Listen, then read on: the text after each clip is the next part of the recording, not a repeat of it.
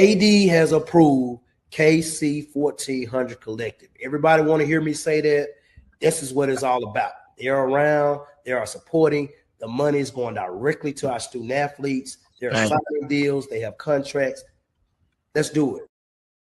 I mean, without this collective, we won't be successful. We won't be able to sustain our student athletes.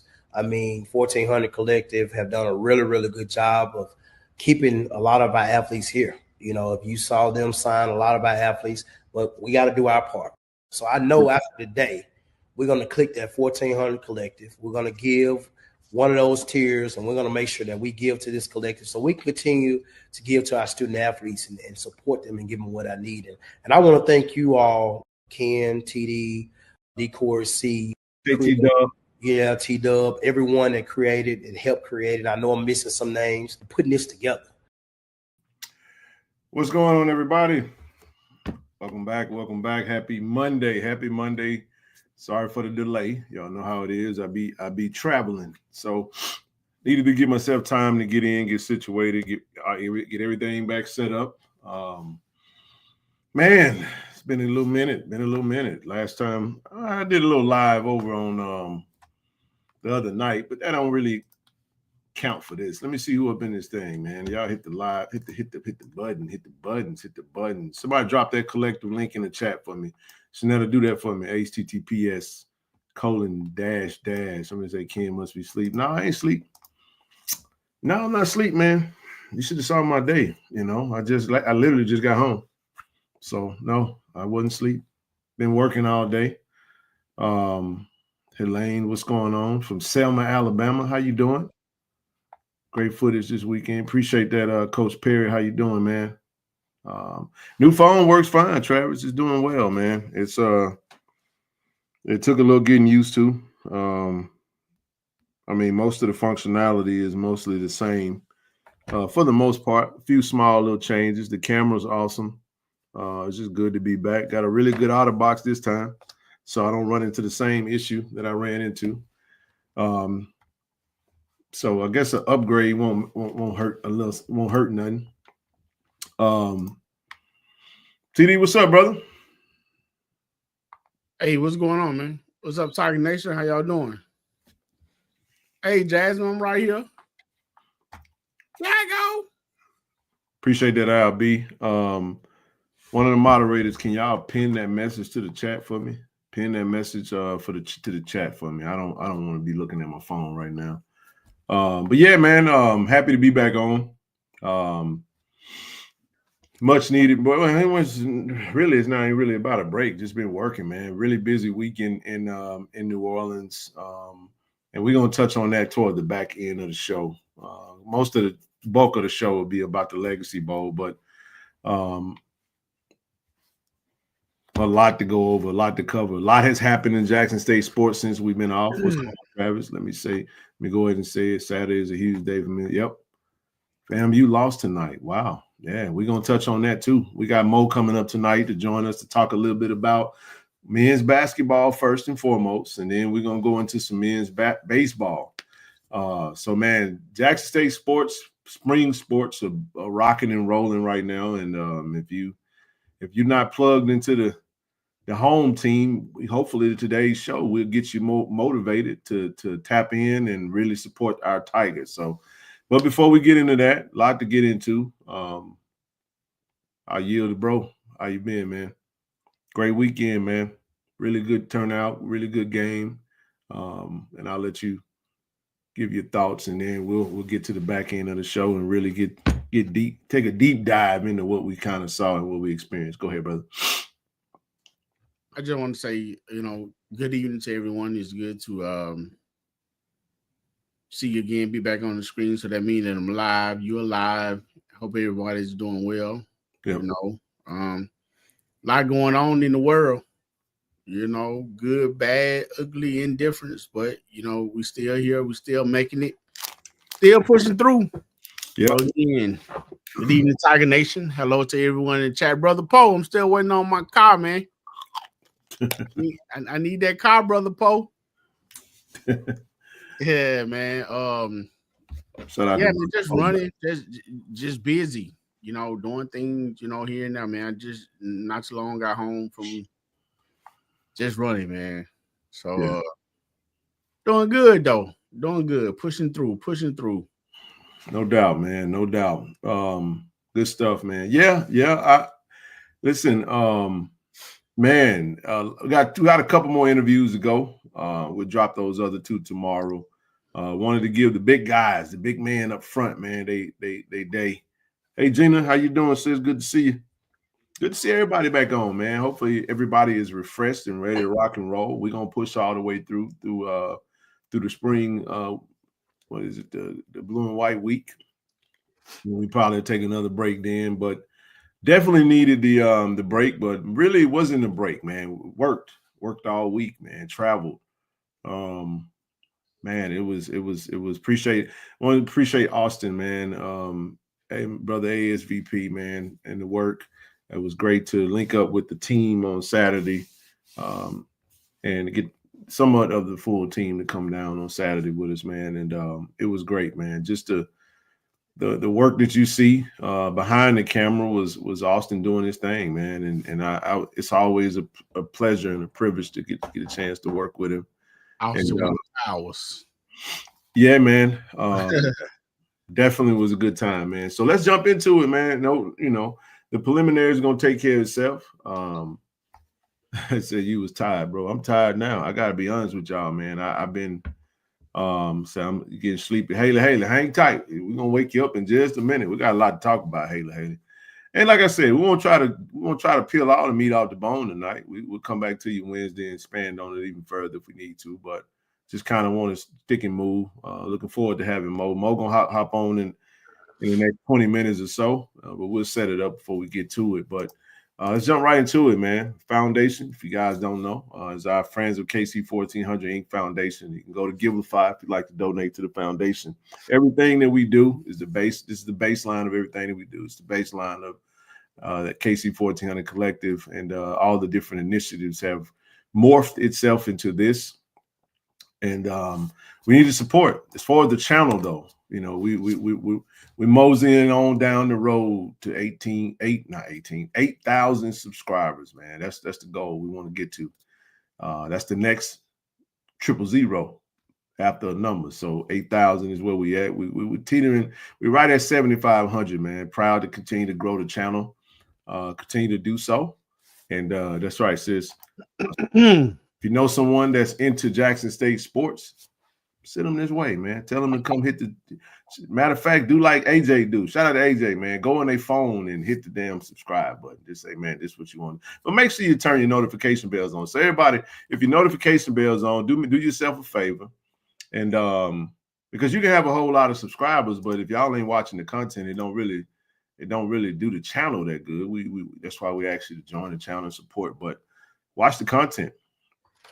Watch the content, man. But make sure you turn your. I understand we be busy, but do yourselves a favor. Go to YouTube now on your mobile device and look at that little bell. Make sure that bell is hit, and make sure your notifications are on. So every time we drop a video, you get the notification that is on. Also, make sure you go to Tiger Talk TV and hit that subscribe button. D. Corey C has been pumping them things out like. He's serving them up like Master P, man. You know, Master P, every time he dropped a new artist, they got an album. Everybody had an album over there. I remember when we was 1,000 subscribers and we were so happy. Man, that's right, sis. I mean, we moseying on down the road to AK. We growing. We still here, still putting the work in, still putting this this grind, man. Grinding, man. It is a grind, y'all. And I'm telling you right now, I felt it. But it's a grind. I gotta say that. It really is. But appreciate everybody, appreciate all the subscribers. Thank you for your support. And if you click that link to join the channel, it all helps the cause. Want to shout out our sponsors, man. Definitely want to. So listen, we got a partnership through KC-1400 Collective with Impact Tickets. If you don't know who Impact Tickets is, shout out to Brother James Covington for the support of the platform and the support of the collective. I do want to highlight Listen, if you got TD, if you are doing an event, I did it. I didn't even, and I was having a conversation. You want to go to My Impact Tickets? It's a black-owned business, man. It's similar to Eventbrite. I know a lot of us go to the national brand, but we can go right here to Impact Tickets, and Impact Tickets can give you the same exact plus more service. You can download the app. So if you have an event that you're looking, you can literally go to www.myimpacttickets.com, select the host your event button, and sign up. Let them know your event, and they'll get it worked out to you. They'll give you a back office, set everything up for you, and make sure you're good to go. Okay. So if you got any events, all my DJs, all my party promoters, all my club owners, let's get locked in with Impact Tickets to host your event. And we're gonna continue to we're excited about the partnership, and looking forward to expanding on that, and want to give AD Robinson a huge high five on the assist. He's been a point guard ever since I've known him, and every now and again, TD, he'll throw a no look. You know what I'm saying? So thank you for the support. So you telling me if I got an event going on, yes, I sir. can go here. Yes, sir. I can sell tickets for my event on Impact Ticket, just like I buy my season passes. Yes, sir. If you got an event, you can definitely do so. It ain't no different than going to Eventbrite. If you got an event, you want to look. One of the beautiful things about Impact and our partnership is that, the support back into the collective. So for those who, when we do going forward, whenever we do our events, we got a couple of events coming up the year. We're going to have some big events coming up this year. And we will do them through Eventbrite as opposed to, we will do them through Impact Tickets as opposed to Eventbrite. I think I had it backwards. So shout out to Mr. Covenant, Brother James, and just excited about the partnership, man. So, but yeah, man, that's it, TD. Yeah. DJ Dizzle, you know what I'm saying, hosting them big time parties, man. You know what I'm saying? You can go. So shout out DJ Unpredictable. I know he's always shout out to the DJ IE, all the DJs coming over from the Dallas area, Mike Reed. If you're hosting events, man, let's lock in. Let's pour into our brother who has a company. Now, listen, this is the same company that Jackson State has a partnership with. Jackson State Alcorn, Mississippi Valley.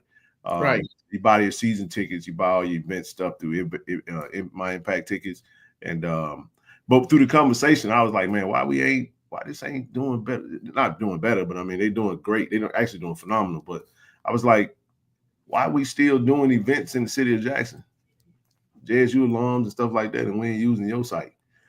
And I'm like, you know what I mean? And the question was really more rhetorical because I didn't even know. You know what I mean? So had I known and had we got this thing rolling, we'd have done the fundraising in January that we did would have been done through Impact. So going forward, just want to make sure we put that out there in front of that.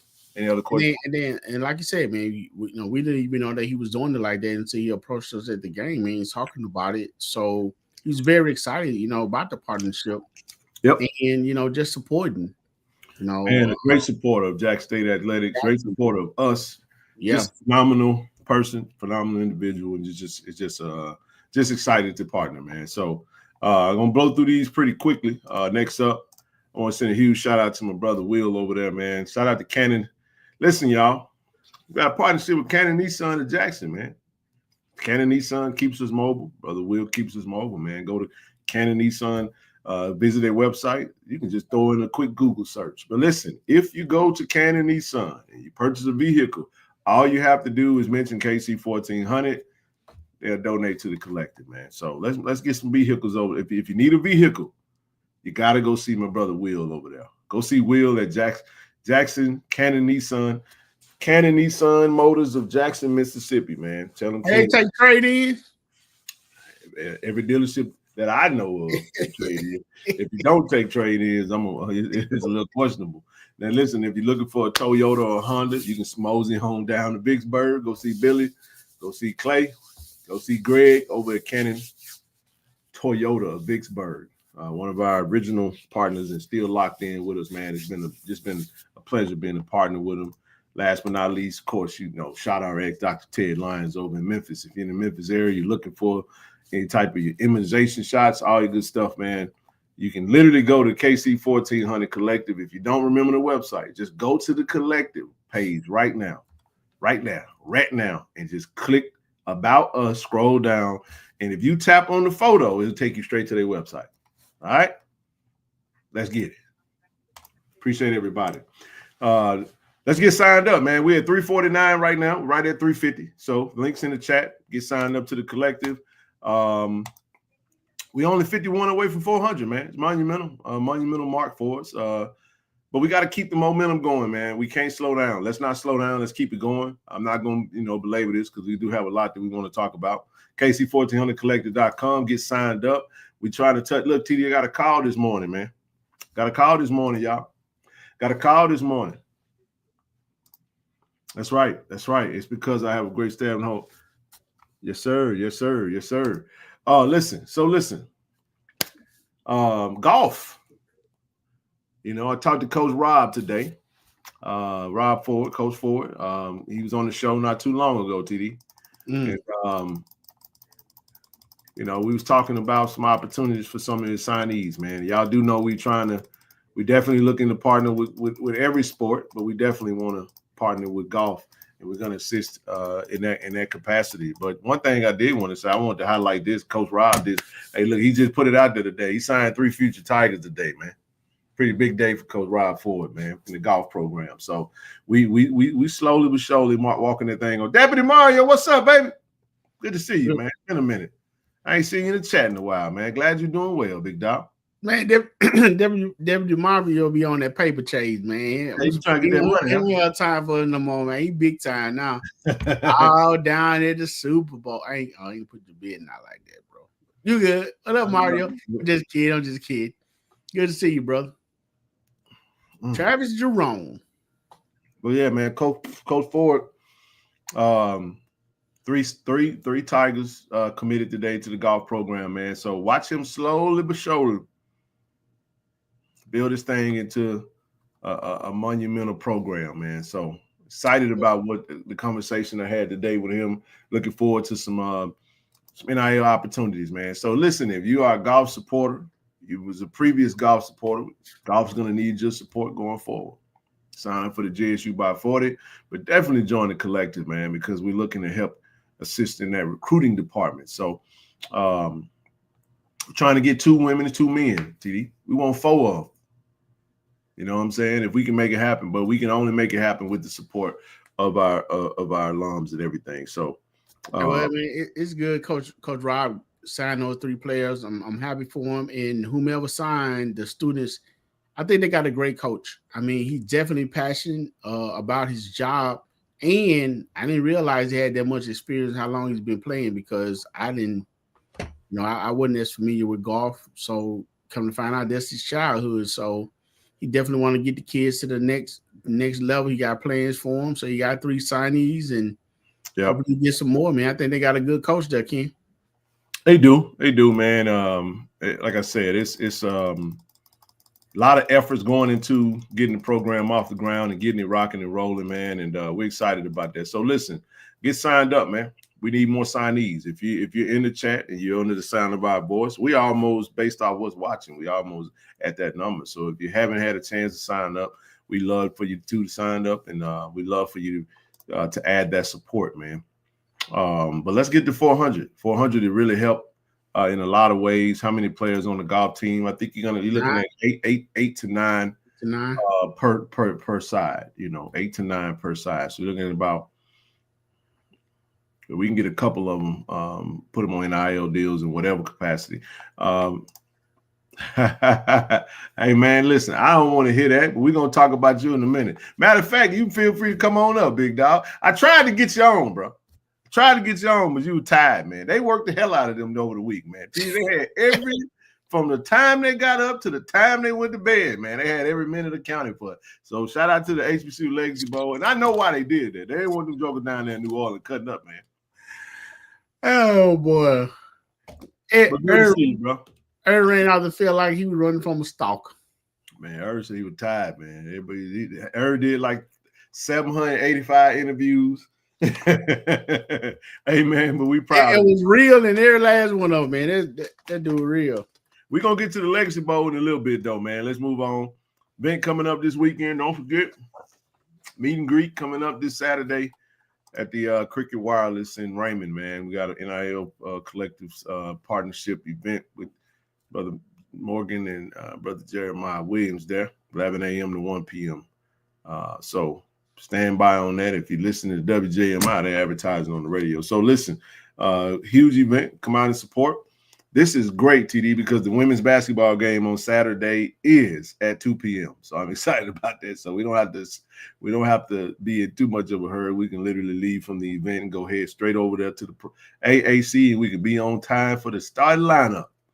Go see our Lady Tigers finish the season strong. I know we had a hiccup on Saturday. We're going to touch on it. Yes, we will. We're going to touch on it. We're going to talk about it when Mo come up. Matter of fact, Mo, you come on up, man. We'll just, come on up, join the studio, and we'll have you join the show here in just a second. But this Saturday at 11 a.m. to 1 p.m., Cricket Wireless, Raymond, Mississippi, man. So stay tuned with that. More information to come. Man, that came up fast. Did, man. Time is flying. Time is flying. And look, this is also going to come up fast. Shout out to Travis and his team for putting out the graphic. Listen, we got save the date. Blue and White Week is right around the corner. April the 1st through April the 6th. It's going to be a big week, man, a huge week. And, of course, on April the 2nd, we have the W.C. Gordon Ashley Robinson Golf Classic. Definitely plan on signing up for this event simply because it's a great opportunity to continue the conversation for the NIL Collective. I do plan on being present.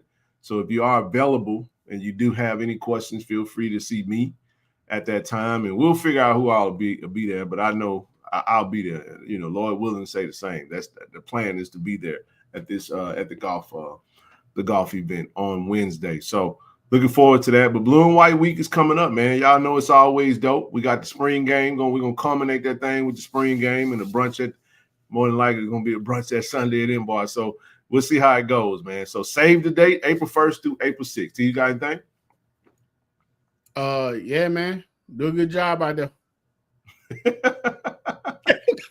It's all good. It ain't about the gut. Look, dog, I suck too, okay?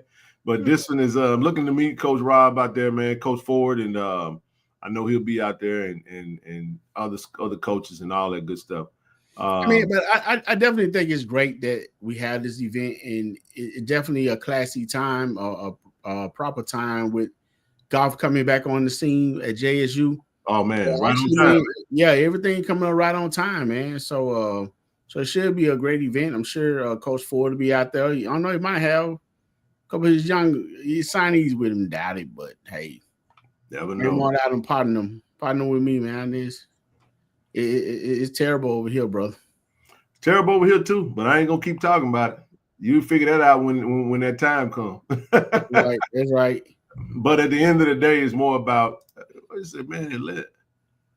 Oh man, hey, listen, man. Listen, you the legend, bro, not me.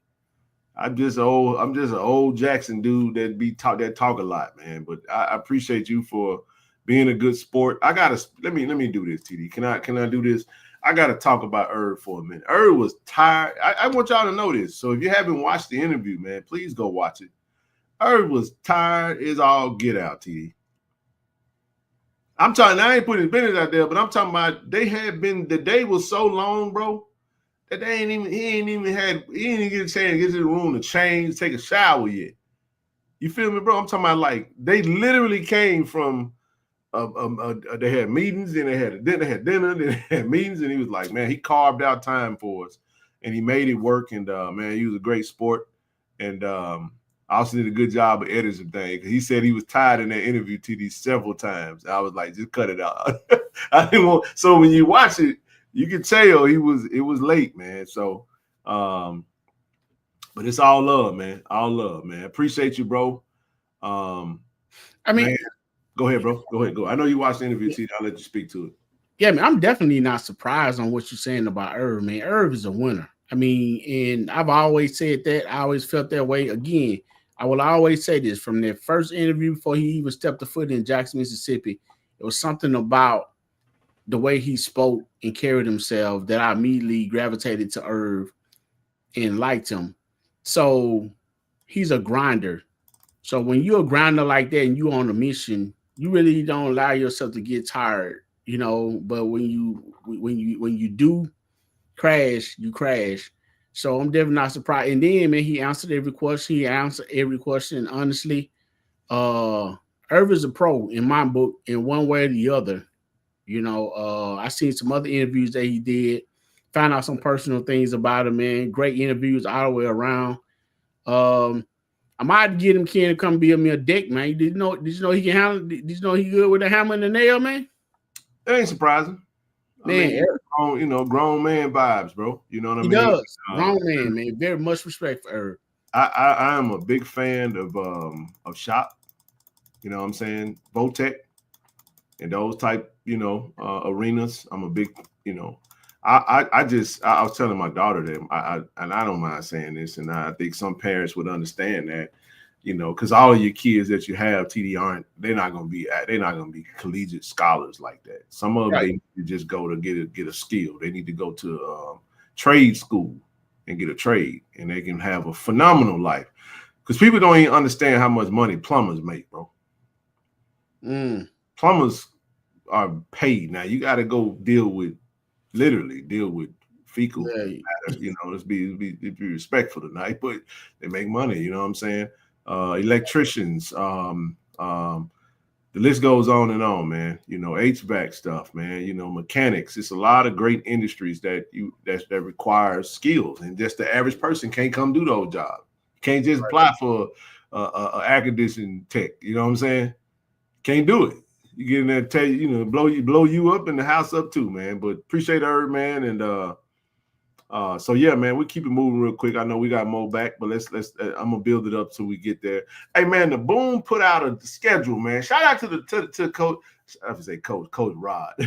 Shout out to Dr. Roger Little and his staff over there, the best band in the land. So T Reezy, I don't know if he's paying attention tonight or he watching, but they on the way up to Memphis. Shout out to Memphis, man. Shout out to Memphis, Tennessee, man. So they first, I'm gonna drop that link in a minute, bro. You want to come up? You're more than welcome. Come on up. We'll go off the beaten path for a second. But the Boom put out on February 27th. That's this week, man. They're gonna be up in Memphis at Southwind High School, 6 p.m. Free event featuring the performance by the Sonic Boom and South and admissions and audition sessions in partnership with Jackson University Office of Undergrad Recruitment. The first 200 RSVPs get to perform with the Boom during a special playing session. So you can sign up. They gave you the information to sign up, man. And they give you the whole breakdown of the schedule. March the 4th, TD. They're going to be over there at the Zulu Mardi Gras Crew of Zulu Parade, man. And then in Jackson, you got the Super High School Weekend Gym Jam. April the 12th, you got Super High School Weekend Day with the Boom. And then April the 13th, you got Round 2. Sunny Boom of the South, 25 auditions, invitation only, man. So the Boom is keeping you informed. More spring 2025 information to come. But this is what you got this is the next 5 events, and they're gonna be down on Beale Street, man. Shout out to that North Memphis. There's a lot going on. I mean, so hey, it's not a lack of having something to do. It's just what you choosing to do. Absolutely, bro. So, I agree. Yeah, man, definitely go out and support, man. From Memphis to New Orleans. Yes, sir. All points in between. Yep, there it is, man. Shout out, love the Boom. All right, man. If you haven't checked out, man, like I said, the Corey C, man, cooking with lard right now. Man, he has pretty much walked through the whole women's basketball team, man. And if you guys haven't had a chance to check out all these interviews, please go watch the interviews and subscribe to the channel, man. Just dropped the new interview with Miss Ruthie Bougua. Man, I tell you what, Ken, I hadn't had a chance to watch this one, but everyone I watch, I definitely found out something new. I was very impressed with the young ladies, the way they carried themselves. Very mature. I was very impressed with the maturity and the way they answered the question. They didn't duck, they didn't dodge, they was candid, and they were very precise in what they had to say. Yeah. And all of them had great things to say. I mean, I don't want to say what else you expect, but the story was too similar about Coach Richards to apply to her character and how much she loved her job and the passion that she does, with coaching, which explains why a lot of things are going the way that they are with the young ladies on the basketball court. Yep. If you hadn't seen those interviews, go watch them. They are very informative. They are very mature. Corey does a great job of asking questions. I mean, to the point to where he even got style changed up a little bit, with the way that he go by, asking the questions. He dived deep into it smoothly. So great interviews. Shout out to D. Corey C. Shout out to the Lady Tiger basketball team for those young ladies came up and did an excellent job, man. I'm proud of them. Ken. So that explains why, again, we thought we was getting a team coming together to just be like, okay, well, hey, we got to warm up, just our open hand year. But now, man, those girls came in and tried to run to Boston. So shout out to them, man. Keep doing their thing. Go watch the interviews if you hadn't watched them. Hit the like button. Hit the subscribe button. Very well said, bro. Very well said. Really don't have much else to add to that. I'll come back to something that I did have in my head, though. The next interview we did just dropped. We got some more football interviews in the tank, too, man. Quincy Ivory, man, transferred from Florida. Just dropped that interview as well. If you hadn't had a chance to check this one out, do so. All right. And without further ado, man, we're going to jump into some women's basketball first, and we're going to bring up Mo. There he is. Mo knows. What's up, brother? How you doing, man? What's going on? How y'all doing? Man, hey, man. Doing good, bro. Happy to be back, man. Happy to have you on, bro. Mo. Happy to be here. What's going on, TD? What up, Mo? Tell me what you know, bro. I'll tell you a little something. Tell me a little something. Hey, right quick. I see Miss Bonnie answered Deputy Mario. Hey, it was on the NFL Network, so you probably can find it there, Deputy Mario, if you're looking for the Legacy Bowl game. Yeah, it's you got to go do your searching, bro. But man, so listen, we're gonna jump into some women's basketball real quick while we got you for a little second. Swag put out final scores, man. We played Alcorn. I didn't get a chance to really follow along because I was down at the game and doing a lot. A lot was happening at the time. This is a game we didn't want to lose. We was tied for first. It kind of put us in. I think it dropped us to fourth place now. But you get a chance to check this game out, Mo, against Alcorn?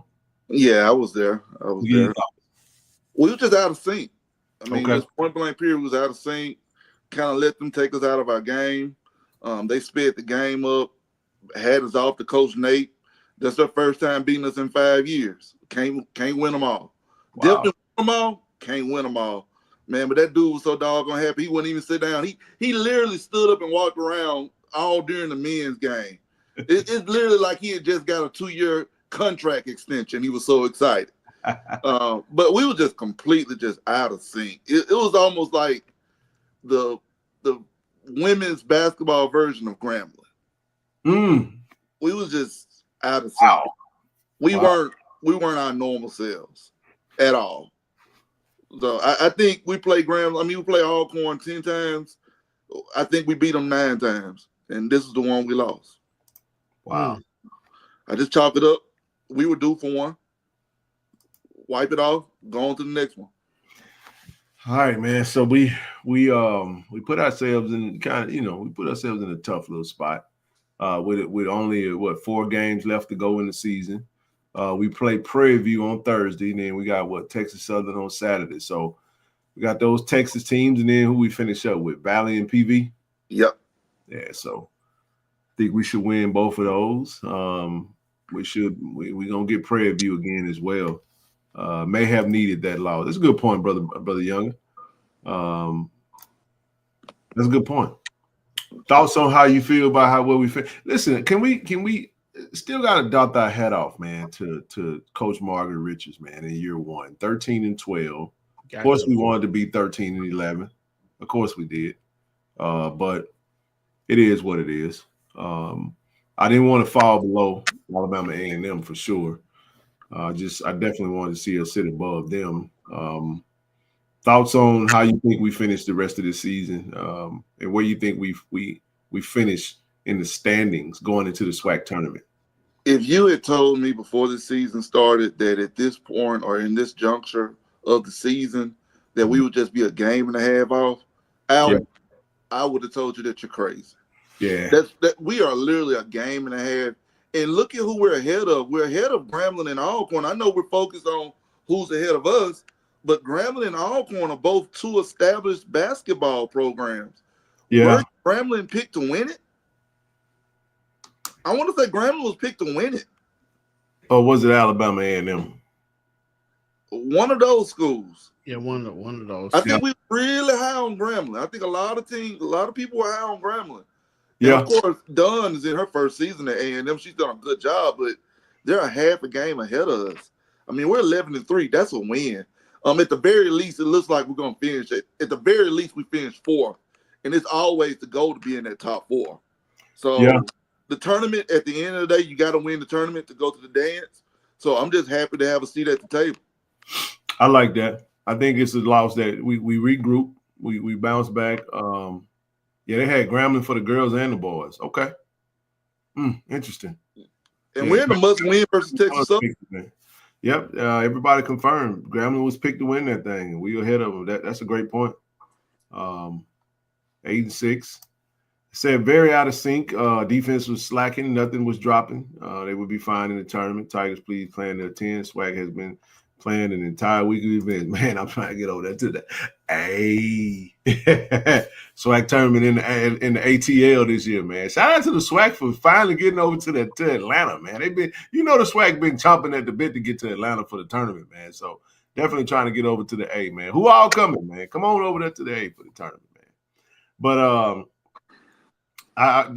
we take an L. We pull up. We play against Prairie View. Prairie View's 5-10. We beat them at their home, and now we get a chance to. They're gonna be looking for some get back, but we got to go do what we got to do at home. We got to protect home. That was the first loss that we've had at home, man. And what was it? 27 straight victories. Yes, 27 straight. One nation's leading winning streaks at home. Us in Norfolk State. Yeah, Norfolk might have 29. Yeah, Norfolk on a different level right now. Shout out to them for what they're doing. And Coach Vickers over there got a great program. So, and they haven't had a coaching change. We have. That's the difference. True that. I agree. I totally agree. Tita, you got anything on the ladies before we move on to the men? Yeah, man. It looked like the damage was done in the third quarter. What you looking at? Huh? They scored. They 29-11 in the third. Woo, my goodness. I mean, here's the thing, man. For the first three quarters, we only scored 11 points. The highest we scored was 18. That was in the fourth. And that was coming from behind. Right. We couldn't buy a ham sandwich with somebody at all and the meal was given to us, bro. Goodness gracious. You can't have that type of letdown. But I mean, but I guess it's similar to like it was in football. We had to take that lick, from Grambling in order to wake up. Sometimes you need, like Calvin said, sometimes you need situations like that to wake you up because again, the expectation wasn't there, and then all of a sudden, well, they said the expectation was there, but then you get there, you get on the winning streak like you are. Sometimes it's good to regroup. So that's probably what's happening right now. But yeah, man, like it was a tough outing for him. But I'm sure Coach Richards will get the young lady and bounce back. They're a mature bunch anyway. So I'm pretty sure they'll regroup and be ready for the next game. Damn, they went on an 18-point run in the third quarter. Holy God damn. Came out of halftime. I'm talking about like a flat tire, didn't we? Right. And he had even said it. He was like, he got 4-year players that had never beat Jackson State. So let's look at the third quarter here, man. The third quarter, Shit, we were 3 for 11. Oh my goodness. 0 for 3. Yeah. Yeah, we were 4 for 15 in the third quarter. Interesting. Yeah, that was a tough quarter, man. We came back strong in the fourth quarter, so that's indicative of finishing the game the right way. You know what I mean? Like, but unfortunately, you find yourself in a situation where you all inside the paint. Damn. And who we had playing center? Never mind. Yeah, just move right on. Move right on to the men. You know what I'm saying? Man, this is what I was looking forward to, man, because I really want to spend a little time on here, man, because we feel like, you know, we're gonna so FAMU take an L to Alabama State, a much needed L from our part. Man, Arkansas Pine Bluff beat Prairie View. Dang. Southern beat Grambling. Bethune-Cookman beat A&M. Valley got smoked by Texas. I think Valley just done quit.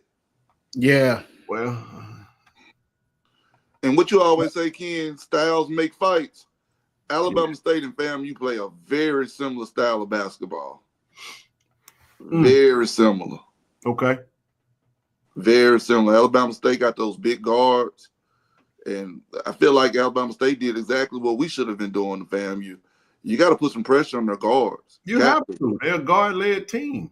You got to. You stop those guards, you beat FAMU. They shooting threes, man. But let's get into the – all right, so we win this game and we move into sole second place. All right? Right.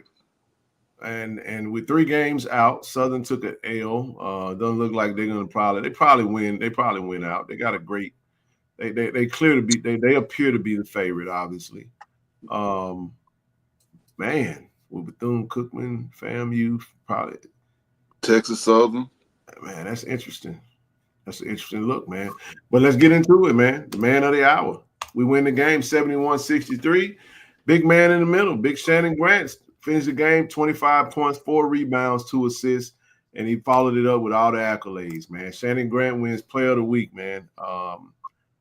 And over these past 2 games for the week, averaging 23 a game, 4 rebounds, he's 91% field goal percent. Unstoppable. Missed 2 shots, man. So in this game versus Alcorn, Shannon was perfect from the floor. Unstoppable. Shot or a free throw. And that's, 11 attempts, 11 for 11, 4 for 4 from the free throw line. Let's talk about Big Shannon, man. And I'm talking about, is it not the perfect time for Shannon Grant to be getting into a really nice groove right now? They had no answer for him. And Bethune-Cookman couldn't stop him either.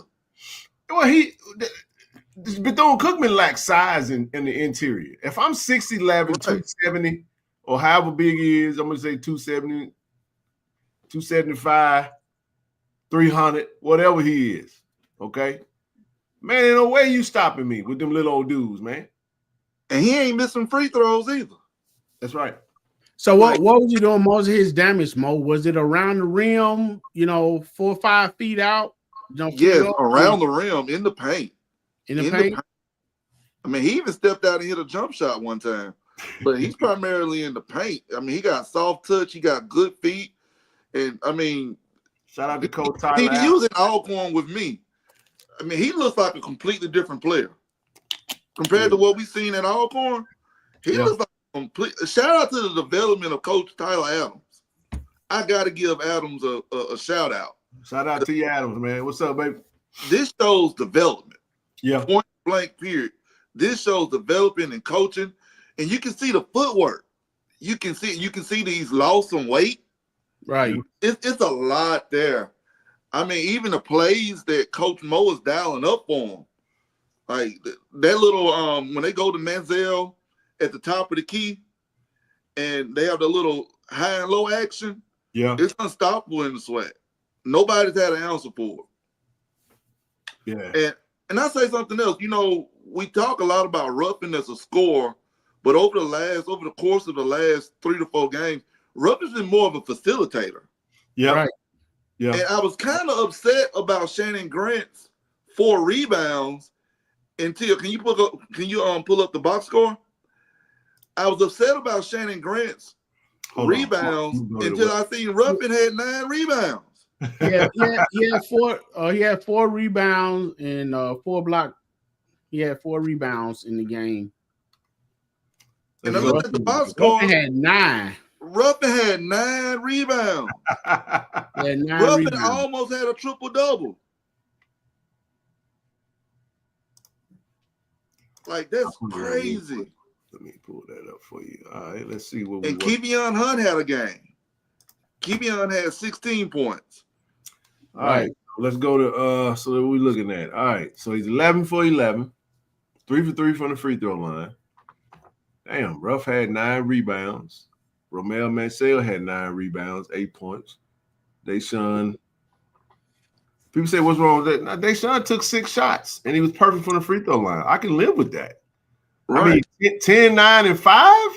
Come on, man. Hey, that's a good – hey, look, I understand we want Ruffin to go 30 a game. It's just not – it's not going to be – that's not how it's one turnover.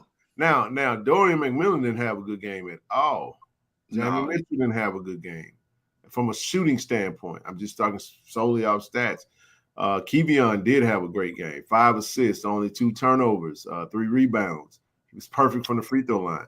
One thing I got to give this team credit for, and that's that free throw line percentage, man. And the tops of the conference when it comes to team percentage from the free throw line, you have to have that going into the tournament. Because I'm telling you, you can win and lose games at the free throw line.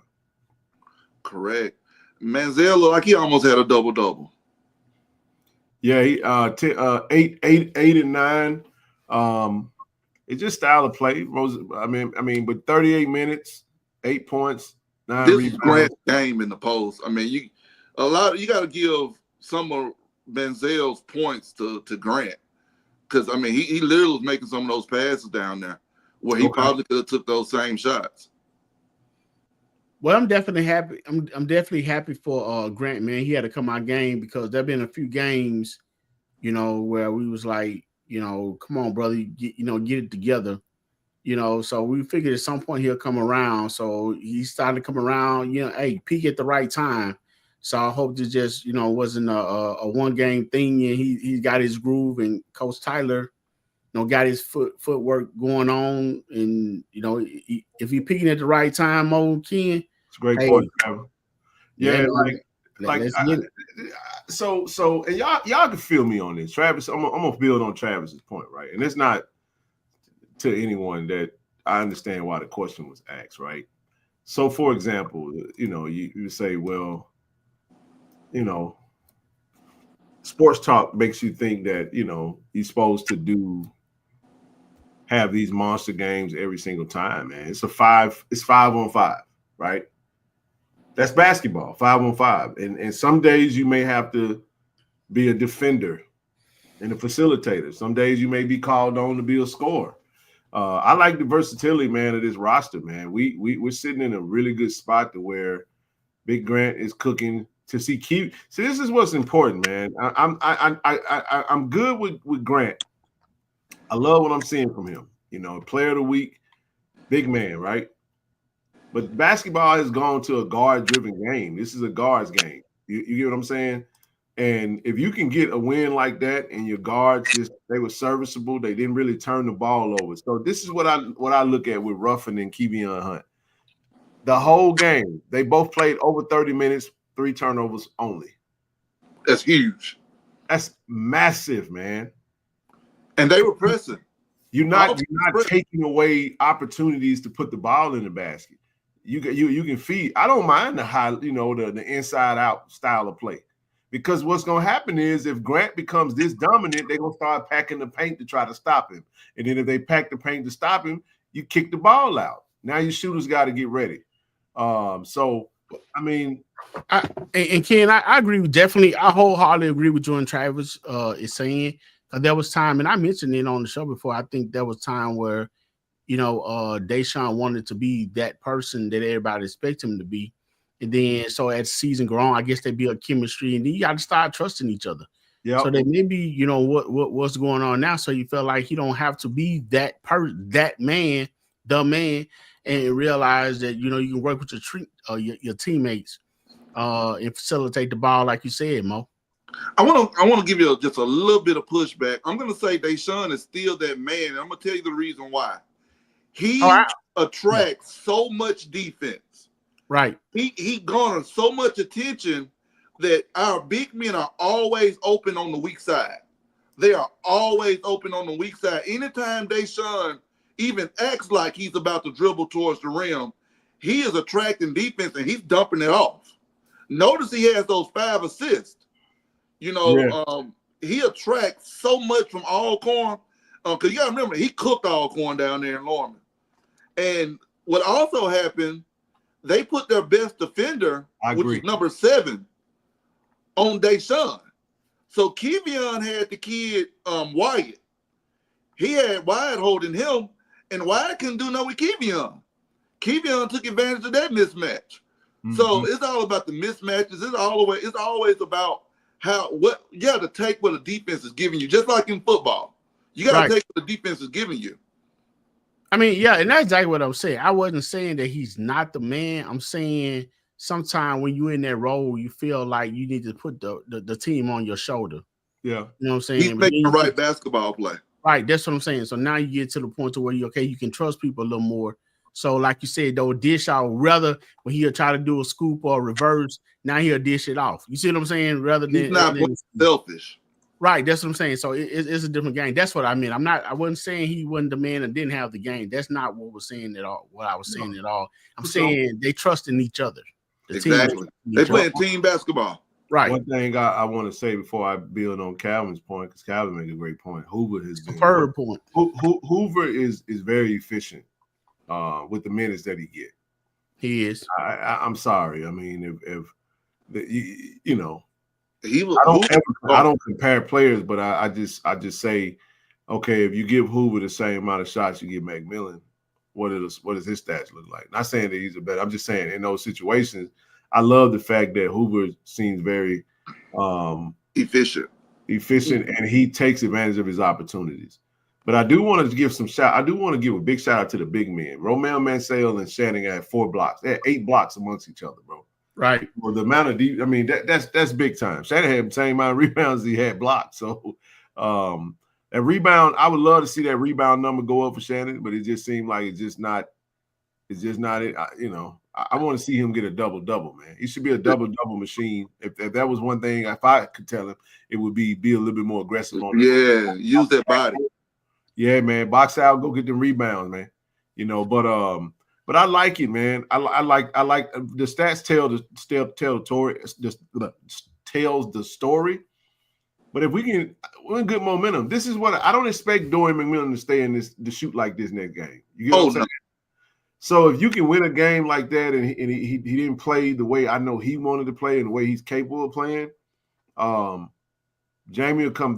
I expect him to come back in those next games because these are your 3-point shooters.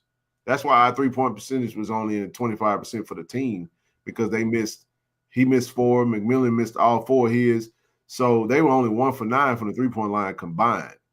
But Hoover was 1 for 2, and from the inside he was 3 for 4. So really efficient day, 7 points. I like it, man. But he got 13 minutes. Right. Another thing with Hoover, man, he's good at attacking the rim. I mean, he's definitely when it comes down to rebounding. He's a pretty good passer. So I agree with you guys, with saying, Hoover getting a little more minutes, getting a little more comfortable with the system. He's developing, like I said, he is a freshman. So, definitely some things to come. And quiet as kept, Hoover might be our best perimeter defender. Okay. I like that. Now you talking my type of language right now. He's like D, man. Yeah. Yeah, I like when he comes into the game, he's guarding the other team's best scorer. He's long, man. He's got long arms. And I can just see, man, Hoover another year in strength and conditioning, he's gonna be a stellar sophomore next year, bro. And sometimes we even play him at the 4. It's gonna be a stellar sophomore, especially if he mess around and get a couple more inches in the growth spurt. He's just he was just playing. He was at the Coliseum playing in last year. So and here him and Dorian. So these freshmen, man, And you know, one thing I love about it too, Ken and Mo, I mean, from the teaching that he received when he was in high school over at Yazoo, his Coach Carlisle, you know, I think he's in Starkville right now, but he's still coming down to the games, man. He still support Hoover, you know, and I think he brought the basketball team down to support the young man, man. I mean, that's just, you know, the sign of a coach that, you know, going all the way through with their players. So, you know, we all know the kind of Coach Carlisle he is. So we know we got a good one there. I agree, man. But congratulations again to Shannon, Player of the Week for the SWAC. He's also the HBCU Plus Player of the Week. 22, like I said, 22 and a half, 4 points. 4 rebounds, 91%. And then this is pretty dope, man. Box to Row, National Player of the Week. You know, Box to Row. Like I said, average 22 and a half, 4 rebounds, 2.5 blocks, 91%. He only missed 2 shots in the last 22 attempts, bro. That's pretty freaking awesome. I don't care if you laying the ball up. That's true. If you got defense on you, you get 20 out of 22. That's stellar, man. But he is 11 for 11. I never forget. Those are video game numbers. Man, video game, and you had to shoot it perfect. Like, you know what I'm saying? Like, you mess around and have your release too early or you release it too late. That's a miss. You know what I'm saying? But he played ball on the inside, man, and you got to love that, man. So outstanding stuff for Shannon, man. Proud of him, man. Let's keep it up. Let's keep it going. Can't wait to see him in the next game, see how he responds. All right, moving along, man. That's it on basketball for now. I got you here, man. Really wanted to touch on baseball. We'll start with the Cactus Jack all-tournament team, and Jack State was the tournament champs, man. Let's talk about that, man. We had a great showing. We had a really good showing at Cactus Jack. We lost one that we shouldn't have lost. We shouldn't have lost to Grambling. Lost 8-7. A game that could have went any kind of way. Early season, making a few mistakes here and there. Kind of seen the same thing when we lost to Alabama State. It's all about the mistakes we make. I'll be honest with you, Ken. I know it's early, but it's all about us. It's not even about the other team. It's all about us. If we play our game, we win. That's just point blank, period. Even versus Alabama State, we had 5 errors. You take away those 5 errors, you take away the 11 points that they got. So I really love the lineup. A lot of people don't know that we're dealing with some injuries already. Robert Tate got hurt. So Lady Alvarez is the shortstop right now. Wilbur Perez is playing first base. Pierre Cabral, he's a newcomer, JUCO guy. Came in hitting 344 from the JUCO. Yeah. The first weekend, he hit 566. Wow. In the Cactus Jack. And I'll be honest, he hasn't seen a fastball since. So already people are learning who our guys are. Hat is off to Coach Johnson. We're 4-2 on the season. And we beat some, even though we play HBCUs, we beat some really good teams. It's not easy. Alabama A&M is a very improved baseball team right now. We beat Southern. Southern, I don't know if y'all seen it, but Southern beat FAMU 17-1. Southern is not bad at all. And they dominated Southern. So this before you go, because I'm gonna put all them scores up. So Pierre Cabral was newcomer of the week in the SWAC this past week, man, and he was a part of that 3-man all tournament team. Actually, it was more than that. In the infield, we had how many? We had 7. It looked like 6, I think. 2 pitchers and everybody else position players. So Lady Alvarez infield, Wilbur Perez, and Pierre Cabral, and then you had Joseph Eichelberg in the outfield. You had in from a pitcher, Eric Gonzalez, Nkosi Ditter. My guy. I like that, man. I like that. And then a couple of honorable mentions, Shamar Harris. So afterwards, we go to the Andre Dawson Classic, and this is what you're talking about. We beat Southern 6-4. Then we just monkey stomped Prairie View. Yes. Huge win over Prairie View. Nkosi Ditter, I think I might have talked about him in our preview. Mm-hmm. He's our closer. He's no doubt the best pitcher on our roster. It's not even close. Wow. He's a professional pitcher. Wow. He's sitting in the 90s. He has a very nice slider. He's easily the best pitcher on our roster. Eric Gonzalez is pitching like an ace. He had 9 strikeouts versus Grambling. I really chalk up that Grambling game to him only going 4 innings only because it's the first game of the season. He hasn't quite got that he hasn't gotten in shape. He hasn't got in mid-season form yet. Okay. I don't think Grambling wants to see Eric Gonzalez at the end of the season. That he had 9 strikeouts in 4 innings. That's crazy. Okay. That means every out that he had for 3 innings was a strikeout. And he only pitched 4. He said Nicosi Ditter. Nicosi Ditter is, like I said, we can put him in the 8th inning. Once he comes in the game, it's over. If he has 2 runs, it's easily it's over. Point blank period. Nobody wants to see him from the right side. Brandon Haston looked really good versus Alabama State. I don't know if anybody's seen the box score early in the game. We were up 3-0, and Brandon was rolling. And again, we're early in the season. He got to that 4th inning, and that horse got on his back. So you look throughout the season, you look for those guys to get in better shape, and you look for those starting pitchers to start and getting you to 5 and 6 and 7 innings.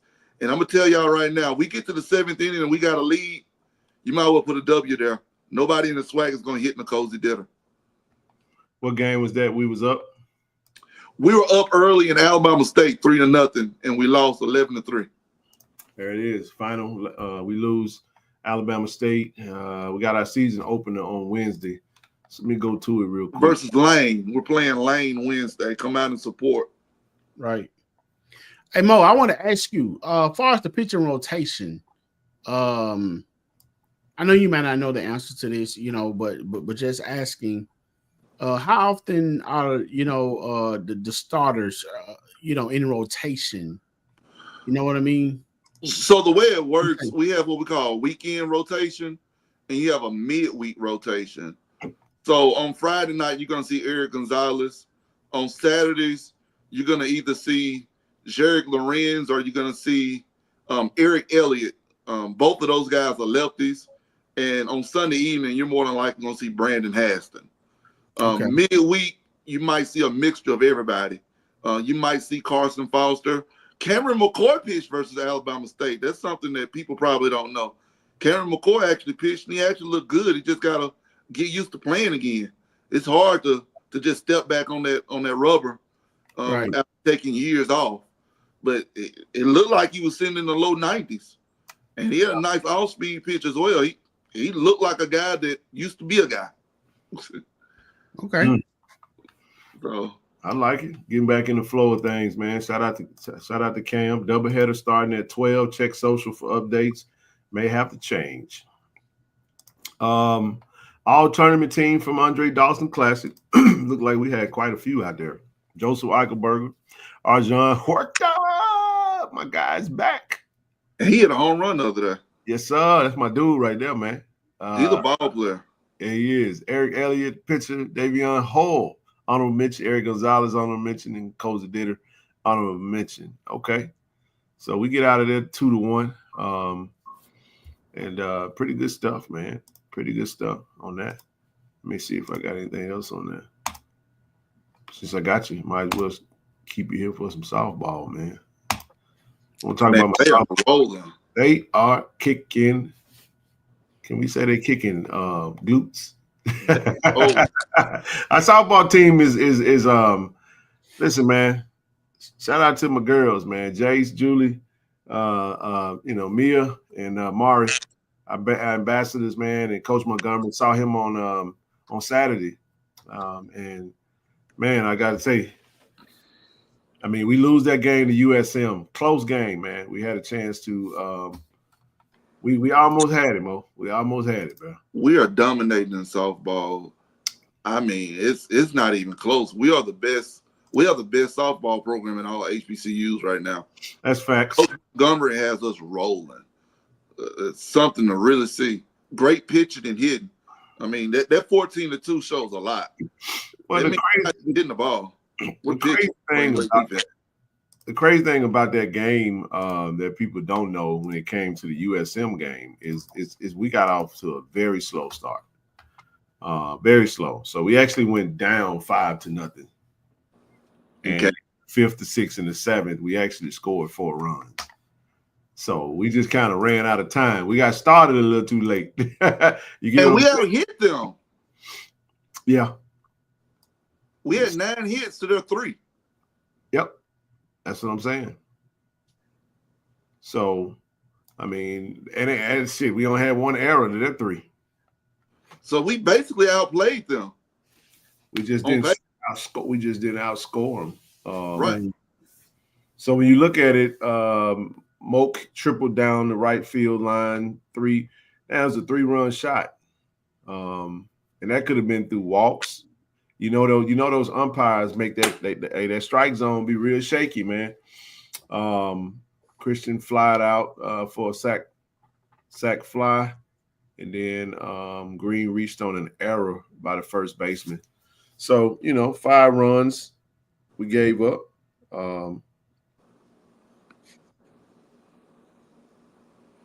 Again, it look like it's just all about us. We play our game, we win that game. You take away those mistakes, you win. It is, man. Hold on just a second. Let me make sure I check something. I think I did misspeak. Correction. This Saturday, the game is at 1 p.m. My mistake. I've been traveling, y'all, so y'all gotta forgive me. I said 2 o'clock. That was my mistake. The game is at 1 o'clock. So he's just gonna have to hustle after the event. I don't know what the hell I saw too. It was on my calendar, but y'all know I be moving time zones, so forgive me for that. The game is at 1 p.m. on Saturday, by the way. Let me go ahead and pull that up. So basketball, you talking? Basketball, yes. Let me go to it. Let me correct myself so I don't mess that up. I'll come back to that real quick. So let me correct myself. Appreciate that, brother. All right. So this Saturday, the women's basketball game starts at Thursday. You got Black History Month celebration. So at 6 p.m., Lee E. Williams Athletic and Assembly Center, 6 p.m. And then 1 p.m., the latest kickoff, tip-off, Swag Digital Network. 1 p.m., 1 p.m., 1 p.m., 1 p.m., not 2 p.m. I said 2 p.m. That's my mistake. I don't know where I saw it, but I don't know where I saw it at. So yeah, this Saturday. All right, back to the women's softball program real quick. After we whooped up on them, after we lose that game, we go beat the snot out of Arkansas Pine Bluff, and then we beat up on Tuskegee, and then we beat Grambling. Did we beat Grambling again? Yes, we're undefeated amongst HBCUs. I think our only 2 losses have been PWIs. That's right. And then the last game, this is the second time they've had games canceled due to weather, fellas. Mm-hmm. They'd be 13-2 right now if they didn't, because I know we would have won them other 2 games over there in the other little class we was in, and we would have smoked whoever we was playing again too. So it's all good. But this is one thing that is pretty dope, man. Check this out. Our ladies are on the way to Honolulu. We'll be playing against Washington. We got 2 games. We got a doubleheader against Washington. Not a doubleheader, but back-to-back games against Washington. And then the doubleheader would be Washington and Hawaii. I don't know if you had a chance, Mo, to look at any of these teams, see what they look like. Washington is playing out of the Big Ten. Yes. And then you got Hawaii out of the Mountain West. And then you got Howard, then Hawaii again, then Howard. It'll be a good experience for our girls. Most of our girls are from the West Coast. I know Hawaii is still a little ways away, but it's going to be some good exposure for them. Yep. Don't want to just see them beat up on HBCUs. I want to see what they're able to do versus Power 5 opponents. That's right. That's a good one, man. That's a good one. Coach got it. Look, man, it's a great trip, by the way. Anybody going? Wouldn't mind. Wouldn't mind being a great supporter. It's a 5-hour flight for me. Straight shot. But I ain't going to make that one, though. That would be kind of dope, though, to get over there for a game. Let me look at the schedule real quick, just in case. But no, man, it's well, it definitely like the softball girls always continue their winning ways, man. They're dominant. Yeah. And I'm telling you something, it's exciting ball to me. I mean, I like it. You know, the rallies, the cries, everything that they have. And the game goes by quicker than a baseball game. It does. It does. The fast pitching, I mean, I like watching it. I like seeing it come together. I even watch Coach Montgomery and his assistant when they out there just to call, man. A very exciting time. The girls they be enjoying themselves, man. And when they hit, man, they make it count, Mo. Oh yeah, you see a lot more fundamentals in our softball girls compared to when you're watching baseball. It's real fun to watch. I gotta learn some of them chants, TD. Yeah, we you and I both. I think we're gonna get together and go to a game. And I'm gonna hold you to it. Hey, I bought I'm going. Well, I bought a season pass for baseball. I'll definitely be going to the softball games. Let's go. The schedule. So I'm gonna tell you what works for me, Mo. Call me old school. I have to print out stuff because if not in my face, I end up doing something completely different. Then I realize I'm like, wait a minute. Wait a minute. So Nick S says no, Tennessee State girls is the best. In what world? You think could they play in the OVC? He got to be trolling. I mean, they played some tough. They played a tough schedule. They beat Samford.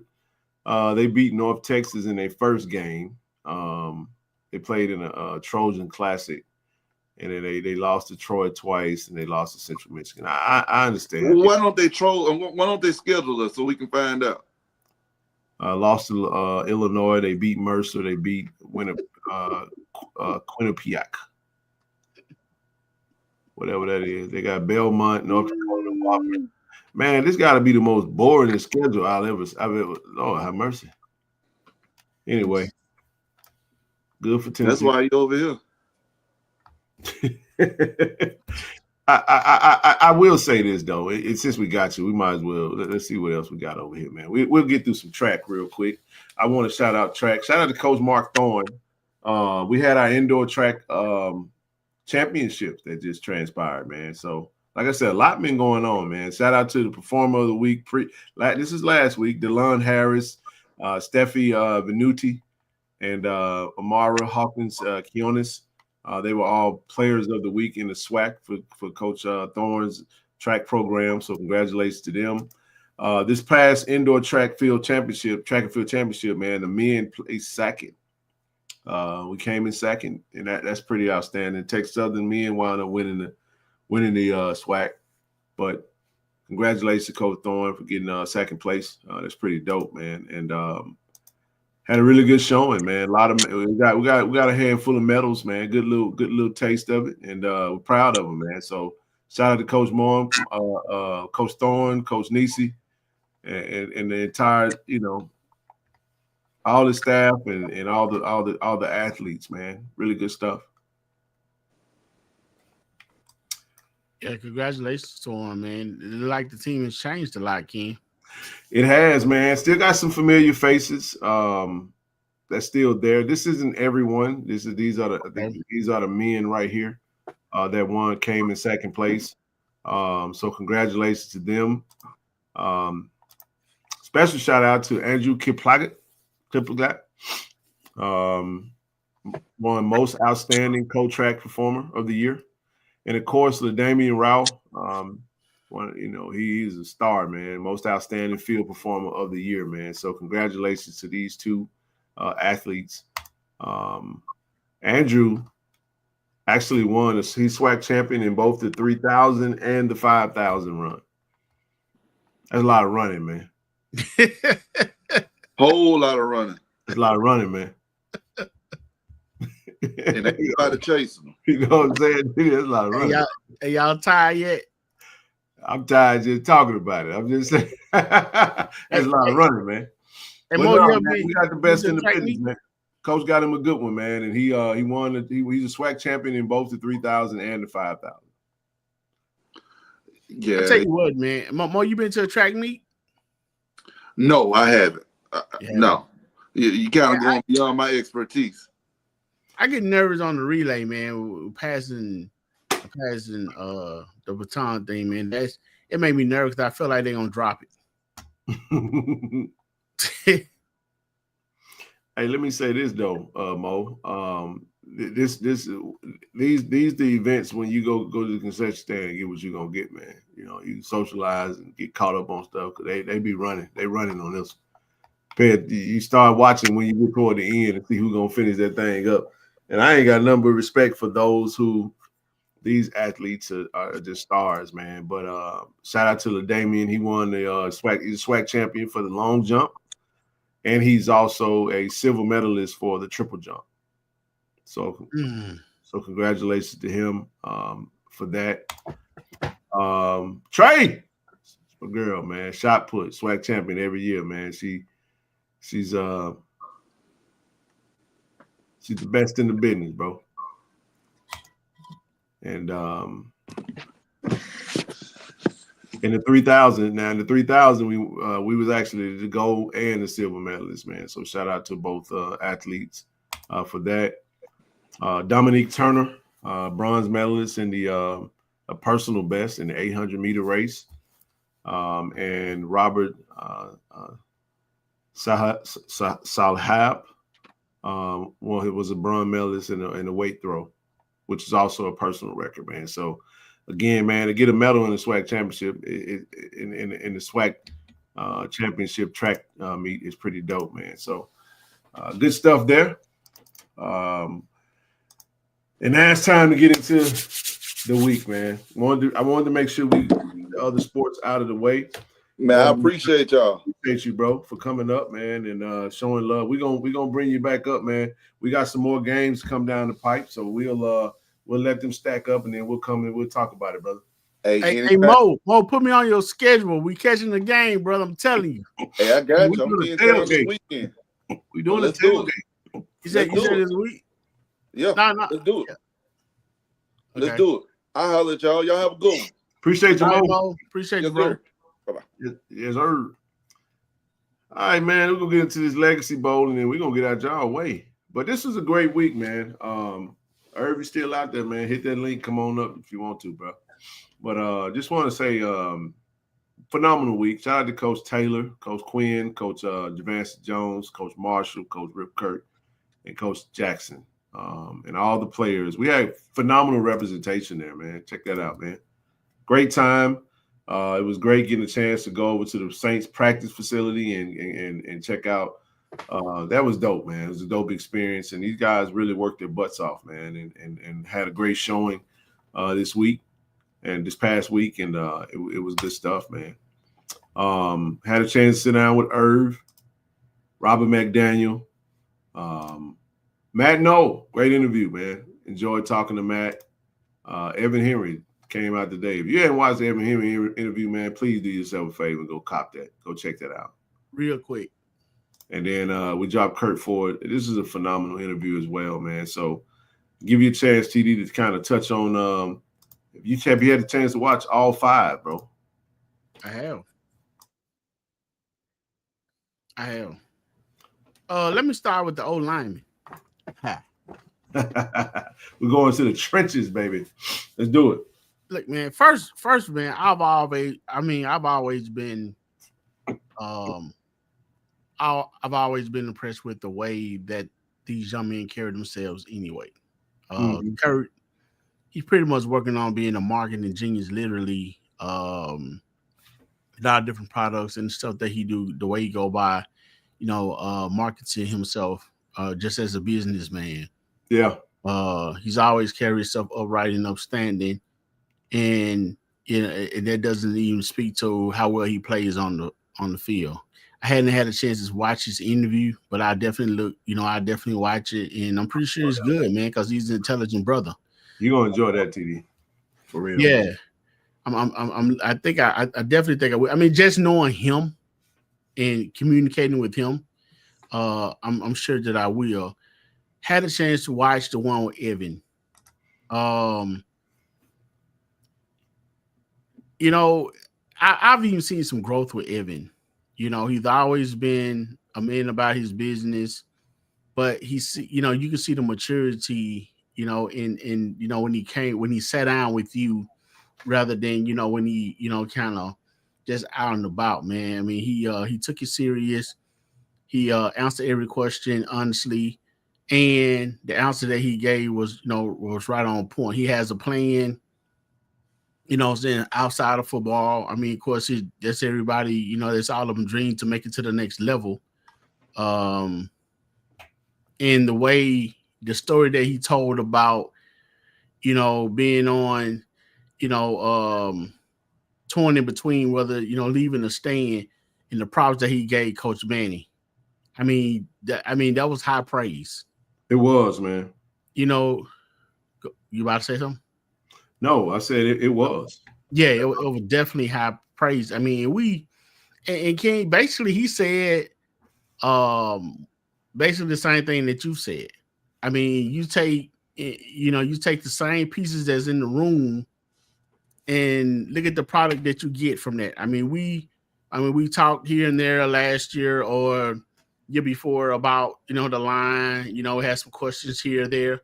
You come in and put Coach Manny in the same room, and, you know, Evan said he had already met him when he was on visits, and said when Coach Manny came back, you know, Coach Taylor got him at Jackson State, and hey, it was a no-brainer. I'm going back home. I know I'm going to be welcome because I'm a Tiger, and that's true. Plus, he's a great player. And so he came back in, man. So I definitely enjoyed the interview. He spoke on, you know, and I guess we'll get into that as far as the Legacy Bowl, you know, having the job fair. He spoke on putting on his, you know, his Sunday best and going out presenting himself. Right. These young men are well coached. They are well trained. And shout out again to their parents, first of all, to their parents for, you know, raising good, upstanding young men and whoever their family member may have been. And then to Coach Taylor and Coach Manny and, you know, Coach O, you know, the rest of the staff. I mean, even people that's around, just as Travis, Jerome, and you know, AD. I mean, anytime you have grown men in young men's lives, you know, with having a positive effect, you're looking for a positive result. Very well said, man. I'll give my thoughts on it. I want to shout out D. Corey C. And we didn't talk about this, but I just want everybody to understand that I think my growth in all of this, TD, would be better if he spoke on it, because he's seen it from the inception of it. You know what I mean? A lot of people don't know, TD. Like, I go off the dome a lot. Remember when we was down there last year? I kind of be walking in my own little space, and then I'll try to figure out what I want to say. But Corey is a master at this stuff. So I was like, hey, man, I need help with this. Like, just formulating questions. Because sometimes, man, when you can be so close sometimes, TD, to where it's hard to ask questions because you think you know someone. You know what I'm saying? So it's like I got to get away from that to be able to put it together and make it make sense, and then try to extract what you think the fans and the supporters and the viewers may want to see and hear, right? So he gave me some baseline questions. Some of them I tried to ask in all the interviews because it was just solid stuff. But then after a few interviews, it was on. You could just be yourself now. But it was a joy because I got to know some stuff that I didn't know. I thought what y'all didn't see was in, you know, Evans' interview, Kurt came down there like right towards the end, and he was just sitting in the background like yeah. You know what I mean? It was good. So I really enjoyed all of them, though. You know, it was all of it. Just me and Austin, man. You know, and it was a task, man, trying to get this done. You're talking about pulling up to the hotel, man, putting all this stuff on a cart and moseying on up to the second floor and then going trying to find parking and then coming back. And you got lights. You got 3 sets of lights and you got, you know what I'm saying, 3 cameras. And it just a lot of work. A lot of freaking work. We try to get all of them in the first day. And I'm going to just say this, though, because they hadn't seen it. That True Thompson interview is going to be the most unique interview because of the setting and because of how we had to do it. And right. Austin told me today, he was like, that one's going to be interesting, bro. Like that one, he's like, he think the fans really going to grab that one a lot just because of how we did it, man. It was fun, man. So. And not only that, you don't hear that much from True. So I was just about to say that's the first time I ever really heard True talk. I mean, we've heard him talk before, but it was like to talk though, you know. And it was there you go. And hell, we over there interviewing True. True missed his bus, and we had to take him back to the hotel. It's little stuff like that, man. It was fun though, man. And he didn't trip on it. He didn't trip about it not one bit. Nah, he was cool, man. He was cool as a fan, man. And I appreciate all of these guys. I appreciate the coaches, man. It was a bit challenging, man, because Austin to tell you, TD, man, a couple times, bro, we be following the schedule, and the schedule just changed.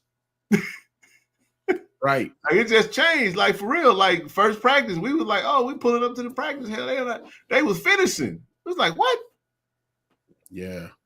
Then practice on Friday. We trying to locate everybody. We're going to the wrong location. But anyway, it was cool, man. It was a great week, man. It was a very exhausting week. And this was the highlight of it, man, because even if we didn't get a chance to do nothing else, to be able to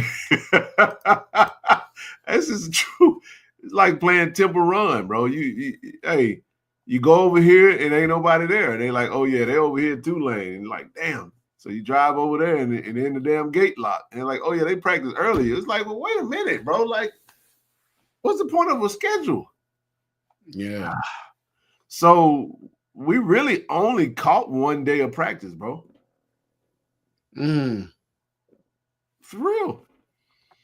Like it was a challenge, but it was to get all of them. Like to get, I felt accomplished because we were able to complete all of them. We was able to really, get some content, and it was cool, man. I enjoyed it. I really I want everybody. If you hadn't had a chance to check them out, man, go watch Herb, go watch Rob, and go watch Matt. Man, Matt was. I really enjoy. I'll let you go, man. I did the interviews, but I know you wanted to start in the O-line room, but go ahead. I'll let you finish, bro. Oh yeah. Well, I mean, I'm pretty much done. I really wanted to say too. I'm looking at this picture. I mean, I guess you expect no different, but sometimes people still have to hear it. Shout out to Austin. I mean, man. The work is awesome. I mean, I know. Sometimes, especially with that Matt video, I'm not sure how bright the sun was, but that can be challenging when you're trying to shoot and you got the sun coming in. You got to try to deflect. It was cold as a. Listen to me, man. Y'all, it was cold and a some bitch in that room. That room, it was cold, man. Bro, it was so cold in New Orleans this past week, bro. I mean, now that you say we're looking at you guys' demeanor, the way that y'all kind of tight. I guess I can say it. Freezing cold in that room. I'm telling you, because the air conditioning wasn't working in that particular room that we was in. The lighting and all that was because the cameras was facing the outside. I know what he wanted.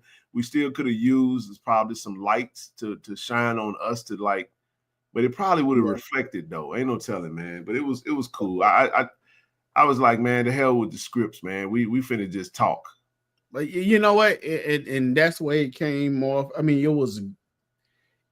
I mean, that's what you wanted. I mean, you want off the cuff sometime. You want candidness, and you want the guys to speak from their heart. And one thing that was consistent, they all love their school. They all, still happily in living on the national championship victory, and they really appreciate Tiger Nation and the fans. They spoke extremely well. I mean, every one of the.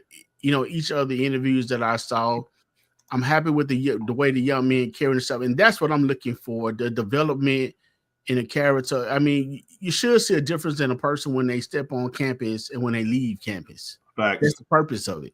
Yeah. And you can see the growth in each one of these young men, through the course of the interview. It wasn't a bunch of, not sure answer, a bunch of stuttering and stuff like that, man. They sat down. They was willing to do it. They wanted to do it. They all gave high praise to the Legacy Bowl. I mean, so that just goes to show the great work and how much this this program and what Coach Doug Williams, but he's not a coach anymore, but Mr. Doug Williams and Mr. Shaq Harris is putting together along with the other people that's on the committee. And these young men was excited about it. Ken, they giving a shout out to the alumni chapter for being there, and they said this, Ken, no one shows up like JSU alumni. They don't. There's no one like a. Can I jump in right there for a second? And I'm not cutting you off. Yeah. I won't say the school because I ain't trying to put nobody on Front Street, but I'll just say that there's an HBC. Well, there's a player that went to another school that had a nice play in the game, really wanted to. And I ain't talking about, anyway, I mean, I'm going to just be candid. I ain't going to sugarcoat nothing, but no, I'm not going to do that. I'm going to stick to it the way I would say. I understand that everybody cannot. If you don't think that it's important to cover these players after they leave your program, I think we got to change our mindset. And I say this because, hell, they had offensive line from Clark, Atlanta. Hell, he had a media guy there with the shirt on. Remember he was on the sideline with the gentleman who was there. They had one player there. Yeah, man. Cause he kept talking about he has two players at Jackson State now. That what you talking about? He said he followed two players at Jackson State now. Oh yeah, the young Caucasian gentleman.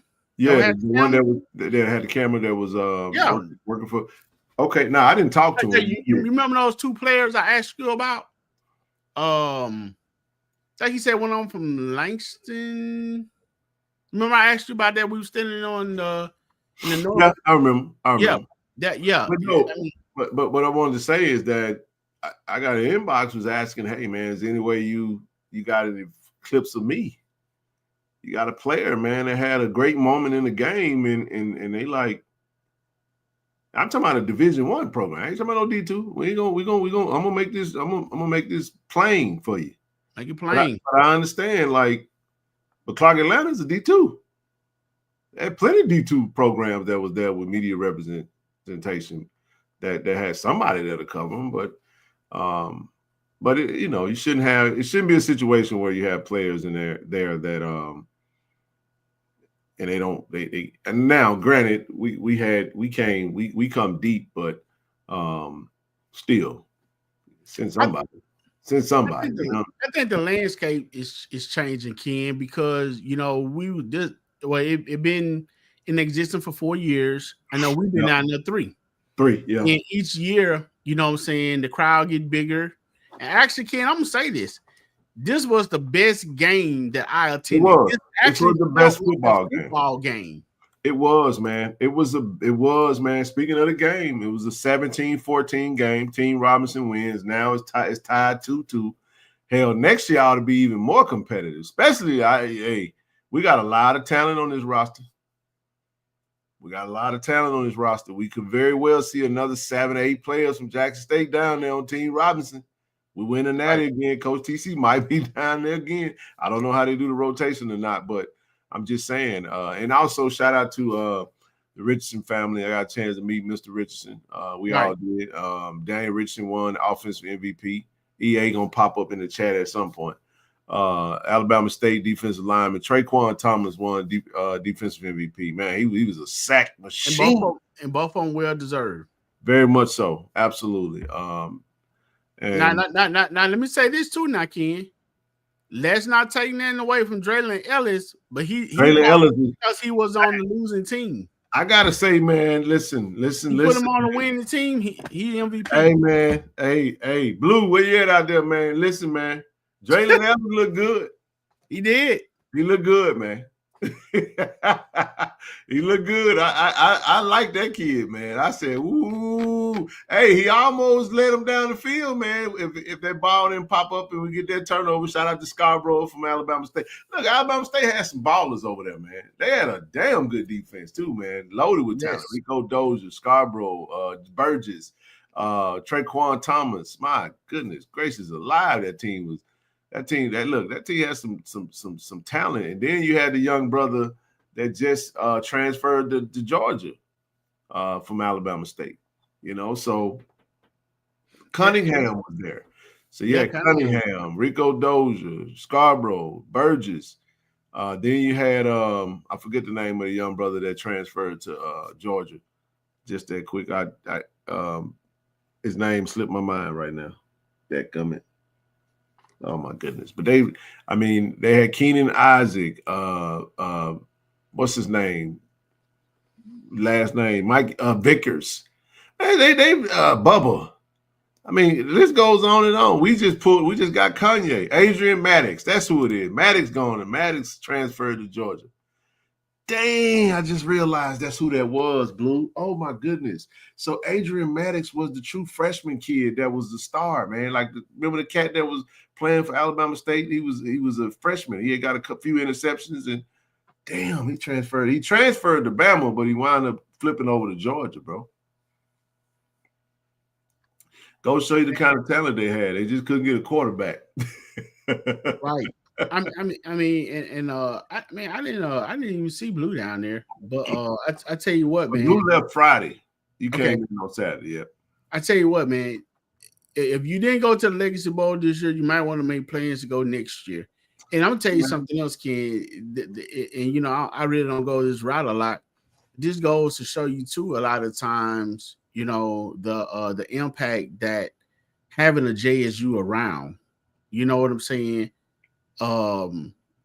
Because when the first time we went down there, people noticed the media coverage. Austin had his whole team down there, and then the second time, and players have said something to us. Man, y'all follow y'all team like this. So yeah, man, this is what we do. You know what I'm saying? This JSU. I mean, we family. Yeah. And so I've even heard somebody say, well, ain't nobody covering me, ain't nobody doing this. I said in due time. I mean, even at the Shrine Bowl, so it's catching on. You're getting more coverage for these players and stuff down here, man. You're getting more people at the game. It was more people. It was a great representation at the game, too. It was, man. It was great. Yeah. Shout out to the legends. Robert, we had a lot of HBCU Black College Football Hall of Famers there. Man, we had several representatives. Robert Brazil, Kevin Dent, Carl Jackson, Huntley. Huntley, Dominique Rogers, Camardi.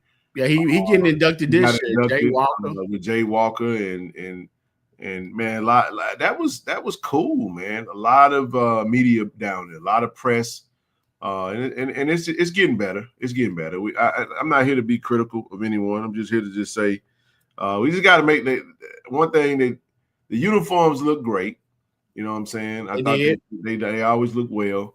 But the communication with the sudden changes, I do understand the weather forced things to change a little bit, TD, because it was so cold. So shout out to the Saints for opening up the facility, letting them be able to come and practice. Because man, it was nippy, and I do mean nip. It was nippy down there. So, but as far as the game, man, it was a really good game, bro. A lot of talent. A couple of players that did stand out to me, TD, from the game. I thought was like you mentioned, Draylon Ellis, obviously, Traquan and Daniel Richardson, of course. Miles Crowley looked the part. Oh, he had a great week. Malcolm Williams, man, I think is his name. That's his name. The D lineman from Elijah Williams. Where is Malcolm from? Elijah Williams, man, is a dog. He is everything that they say he is. He is. In the game, they kept him contained for the most part. I mean, he had a little better second half. Yeah. That one play that you was talking about, Ken, with Miles Crowley, I analyzed that play 3 times. That young man couldn't have thrown that ball back. And I ended up talking to my wife. I said, hey, come look at this. You rolled to the left? when he rolled to the left, man, he opened up and threw it deep. I said, look at the receiver running down the left, the hash. Look at the receiver, and he threw the ball over there. He threw the receiver open. Yeah, he did. And I said there was no way a defender can defend that because the receiver had to run to the ball. I mean, that was probably one of the best throws, in the game. And there was quite a few because Draylen Ellis had. I mean, that touchdown that. Hey man, listen. If man, Draylen Ellis was the best quarterback on the field. Yeah. He was. And that's not even a knock to Richardson because Richardson really did a good job. And I hate that. You hate what? I don't want to compare. But here's the thing, because it sounds like I'm saying I don't want to take nothing away from Richardson. I thought Coach Taylor did a great job of calling some plays that really allowed Richardson. Let me say this about Richardson is very accurate and he knows how to throw receivers open too. I watched him them crossing routes. Putting the ball, his touch. Will he get an opportunity at the next level? I don't know, but I'm just telling you, man. When Draylen Ellis, because I was rooting for Team Robinson, I want our guys to win, no doubt. But this is the reason I say that, man. Ellis had me nervous, bro. When he went back out there, and remember we got that ball back, I was like, because he was watching that mug down the field, bro, like. Well, what made him so effective is his ability to scramble. If the pocket broke down, man, he was able to get out, man. And look, TD, he wasn't taking no sacks. He'd throw the ball away. Thank you. High IQ quarterback that'll get rid of the ball in a decent situation. Plus, last time I seen him play was in the game against Montana in the FCS playoffs.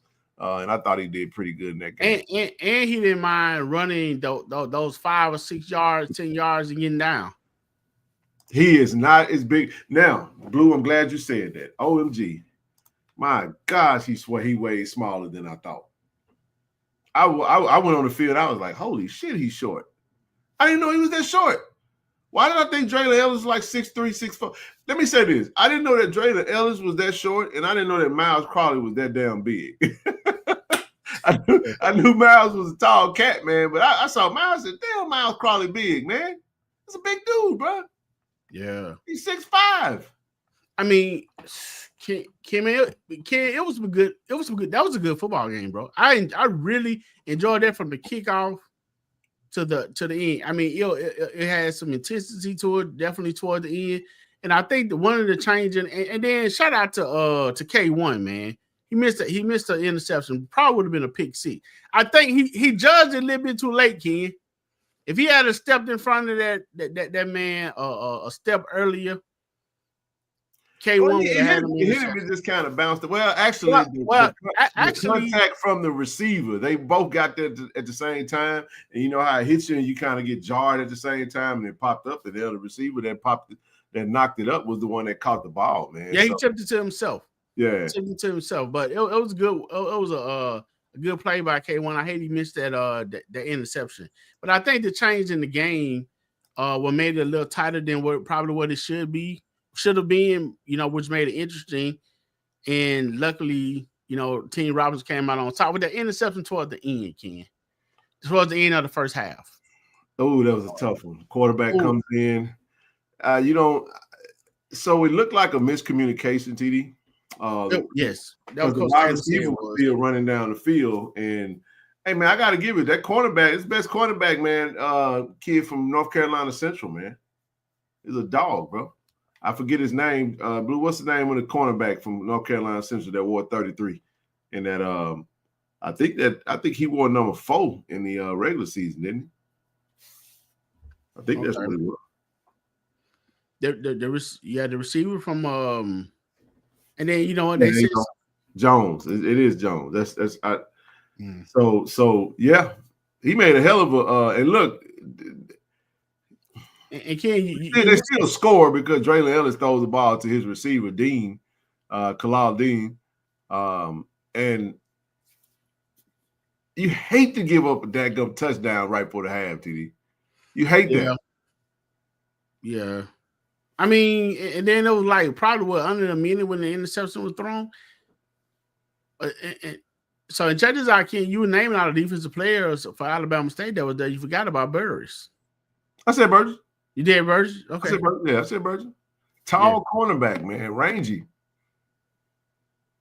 Yeah, Kendall Bowler. I mean, it was a good game. I mean, they did right in the athlete that they chose for this game. Shout out to Mr. Bowler too, man. I got a chance to meet him at the hotel when they made it, man.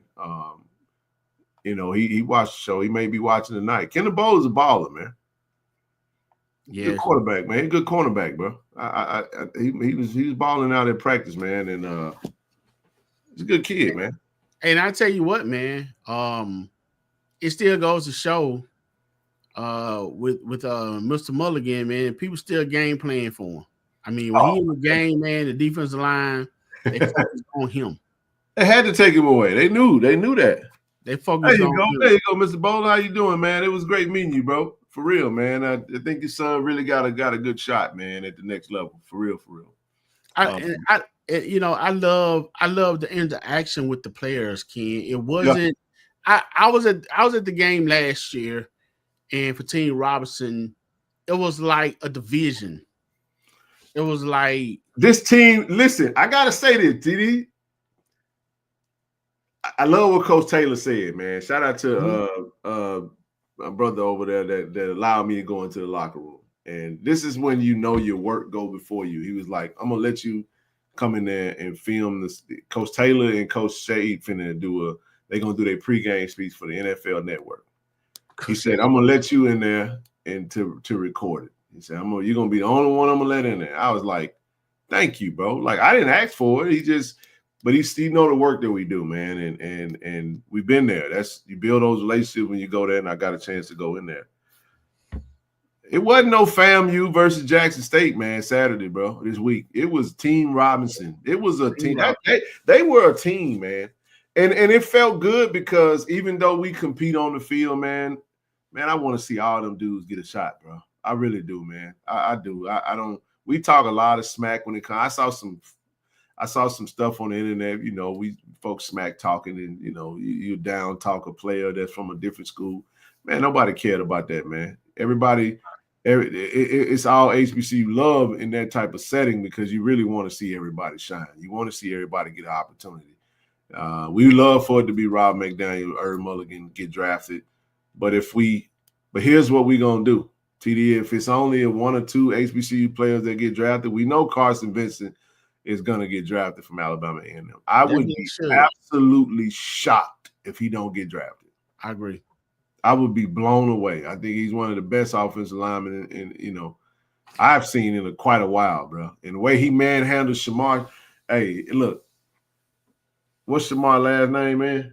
Texas A&M. Shamar Stewart. Hey, man, he put paws on that man. I'm just telling you what I saw with my own two eyes, bro. He was working him. You're right. So what I'm saying is that there's talent, man, at the HBCU level. And like Doug Williams said, it was some players at that combine, man, that got an opportunity. Elijah Williams, bro, is a man. I'm just be honest with you. He's a man, bro. He got natural freaking strength, man, that just brute force and that just caused you to wreak havoc. If he to me, seeing him get in that weight room, man, and really continue to get stronger is only going to bode well for him, man. Morgan State all-time leading sack. But I got a chance to see just how talented the SWAC is, man. The wide receiver, the young man Savage from Prairie View. Ooh, that boy had a nice game, number 11. Number 99. But we didn't get a chance to play Prairie View. They had a few players. And even the talent from the D2 level. I gotta say, Jada Byers is really good running back, man. He's a little dude, but he's a good running back, man. Jada Byers is all that. He's slippery, bro. You can lose him. You can lose him in the interior part of the line. And what I noticed about the running backs too, all of them, when you got them out in space, you hit them out in the flat, they was able to make a man miss or run over somebody. Actually, I think I think I did see one play where Dozier hit hit the running back. You just said Jada Byers. Yeah, Jada Byers. He hit him. He slowed him down, but he kept going. And Dozier, Dozier normally when he hit you, man, he make that contact. Byers did the most basic, like fake, and sent somebody sliding like it was on skates, rolling with Usher. All he did was this. he just dead legged and he just jabbed and kept rolling, man. Right. But the kid is a solid player, man. He is, man. Now, speaking, I know Ms. Bowler in the chat, Kendall actually had an INT that kind of the first play of the game, I want to say. Go back and look at it. It's like one of the first. Was it the first play? Might have been the third. It's the first series. I do know that. He broke on the ball, man. Great break on the ball, and he almost got him one. I know he was kicking himself for not coming down with it, but I mean he actually great position.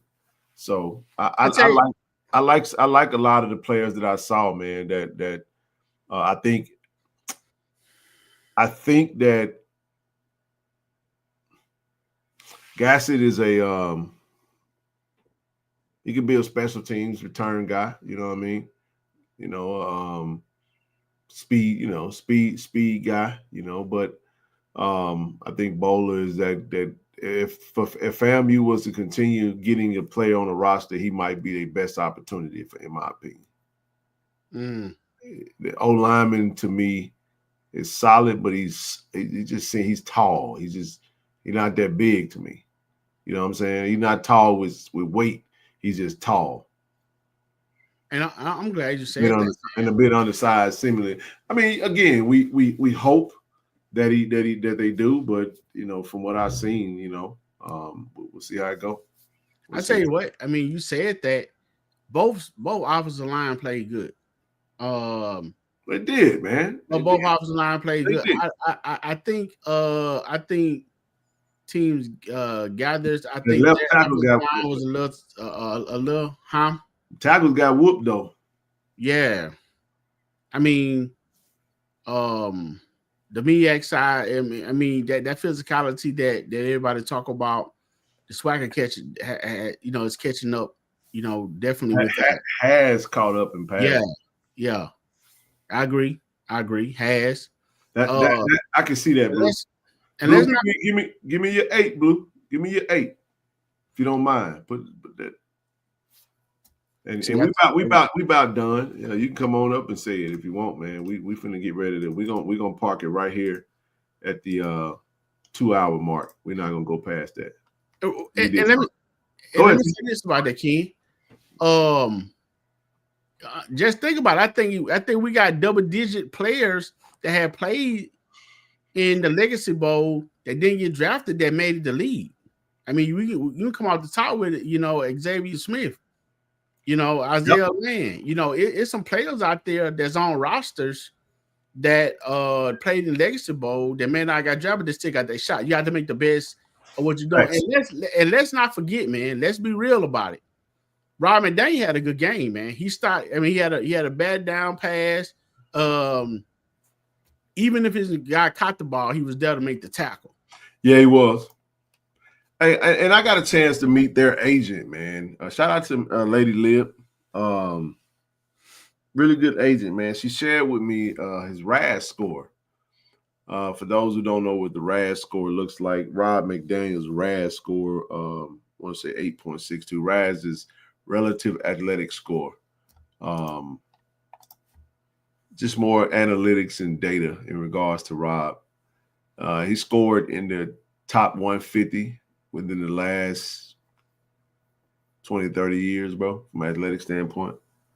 Got some opportunities, obviously. I was looking at something there. Cooper DeJean, the young cornerback for the Eagles, man. I think he scored like a 9.69 or something like that on this same metric. And now listen, all the teams use their own analytics and their own research and all that good stuff as well. But I'm gonna just be honest with y'all. Based off my conversations, from what we gathered in relation to Rob, Rob has a really good chance of getting drafted late 6th or 7th round. Really good chance. And TD, if he doesn't get drafted, he will get a lot of teams offering him for free agent opportunity. The Aaron Smith play? Yeah. Shrine Bowl. Linebacker from South Carolina State. Yep. He definitely could get drafted. Irv, Robert McDaniel, Elijah Williams, Kendall Bowler, Burgess are the main ones. A few borderline guys who need the right situation who could get close to it. Yeah. I like it. What about that receiver from Joaquin Davis? Yeah, the young man from South Carolina State, I think it is. North Carolina Central. No, North Carolina Central. Yeah, North Carolina Central. I mean, he looked thin to me, man. But wasn't he the one that? But at the same time, Devontae Smith is thin as hell. So you know, so is Hollywood Brown. I mean, I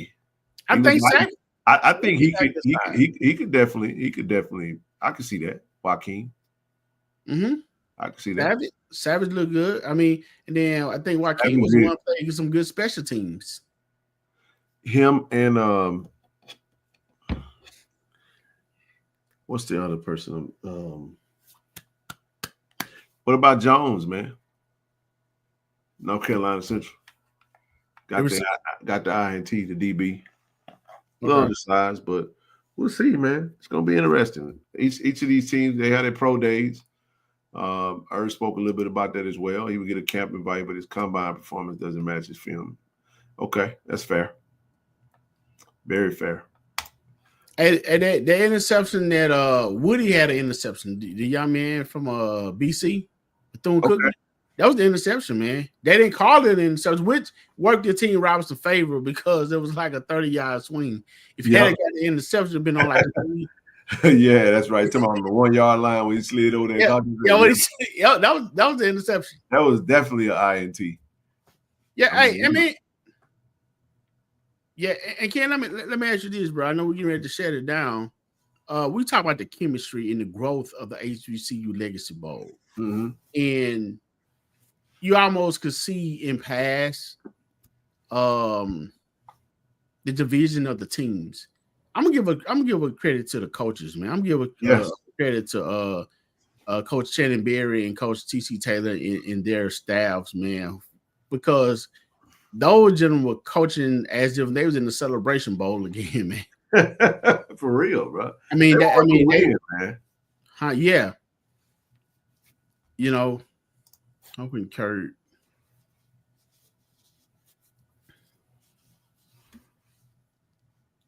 Man, Kurt is a very unique prospect, man. He is dominant, bro. Like he is really taking a step forward, man. One of the highest ranked tackles according to Pro Football Focus, man. He's up there. But not to mention, man, he and Evan both can play multiple positions on the line. Man, for real, bro. You know, I hope they do, man. We're gonna follow them and we're gonna definitely keep up with every step of the way. We got some opportunities out there, man. We'll see how it goes. But go ahead, bro. Hey, and last thing I was, because I know this was a thing for you, man. Shout out to Riddle in that helmet, man.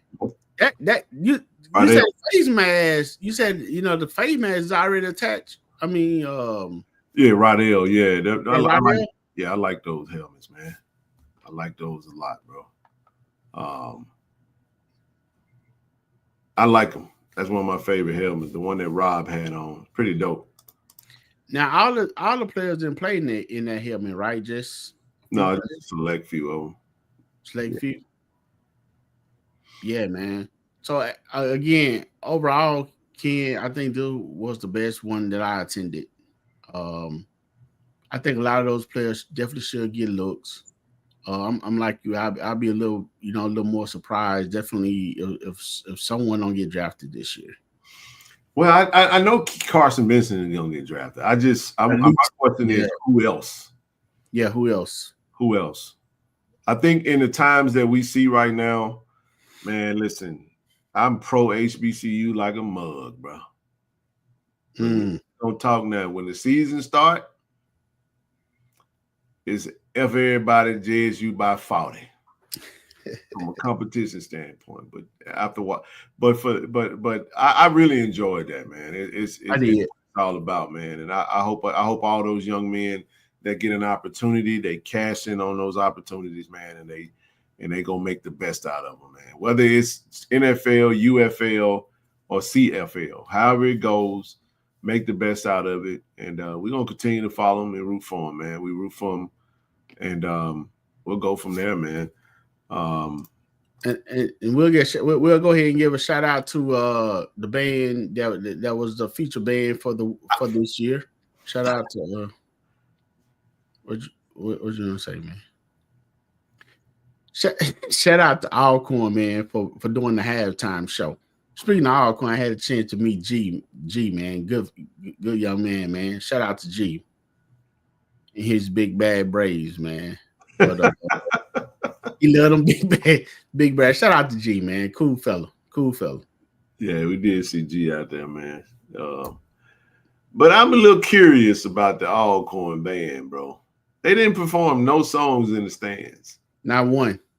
Honestly, TD, they really could have just marched in the stadium for halftime and marched back out and left. It makes me wonder That's what I'm trying to figure out before I say anything. My question was, were they instructed not to play? Because they didn't play no songs. None. And you got to be honest, man. If they told them not to play, I wouldn't. That's bad, bro. That's bad. That means you suck. Yeah. I don't. Someone it's hard to believe that they would be invited. Look, Southern performed several songs when they were there in the halftime show. From what I can remember, one Southern Alabama State. Was Southern? Yeah. No, I'm thinking about Southern at the Senior Bowl. Right. That was Alabama State. The first time we went down there was Alabama State. Last year it was Jackson State. And this year was So what now? They didn't. It was half of them on their phones during the game. I didn't. So listen, one of the coaches. Did you remember? You saw the older coach that had the Jets had the Jets hat on and the Jets jacket. He was over there by the entrance of the stadium, right? He said, man, when the Sonic Boom, when Jack State Sonic Boom came last year, man, that Jack State had it felt like a college atmosphere up in here. He said, man, I don't know what they doing, what Alcorn is doing. They didn't blow a horn in the stand. I was one. I'm like, I kept looking over there like, okay, you know, they gonna do it now, but when the boom came down, they let the DJ play. DJ style playing the boom. For real, bro. Right. So I don't know if they was told not to play, but hey, they got. I don't believe that, TD. Somebody gonna have to convince me that they were told not to play. Not convince me, but just confirm that. I ain't gonna say convince me as if you like. No, right. Yeah, we know what you mean. Confirm whether or not they were told not to play during the game, because they were just sitting there.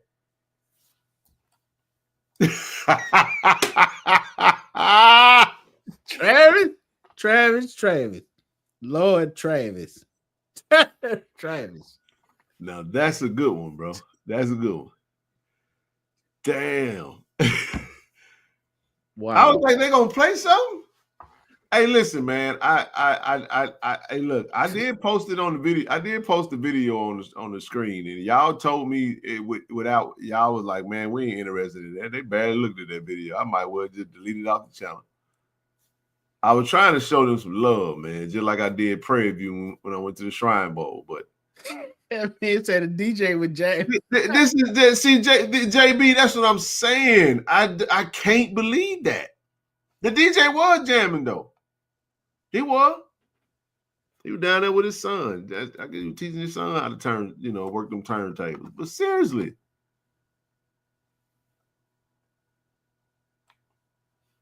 Yeah, the sound wasn't there. It was the sounds of fireworks. Wow. It wasn't that good, bro. I'm just saying it wasn't. Look, but I ain't even here to talk about the field show. I just was curious as to why they didn't perform in the stands. Maybe we'll get an answer one day. Yeah. But anyway. Yeah, we had to research that, King. We got to find out what really happened with that. But did they at least play Cherokee? They didn't play nothing. Jay, you came down there and wasted your time, bro. All you was getting was what's on the channel. Jay, they walked in, they sat in the corner, they did nothing else to halftime. They walked down for halftime. They did coming on the field performance with 4 drum majors in the middle of the field. They did their routine. They walked out the field back into the stands. Sat down for a minute and then they just got up. Sat down for a minute. Next thing you know, they were fouling out. That was it. I mean, it was not a horn blown, a drum hit, or a cymbal cleaned.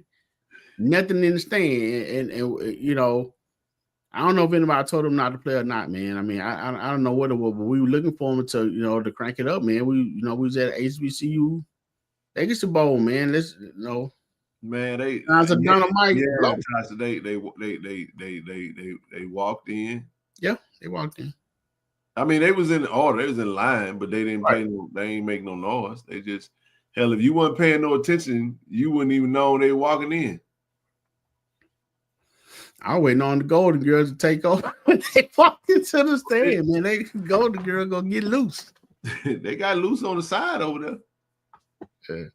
They got loose now. But that was it. When it was over with, I thought for surely after the halftime they were gonna go up there and at least do a track or two, but they did not, no thing. They did nothing.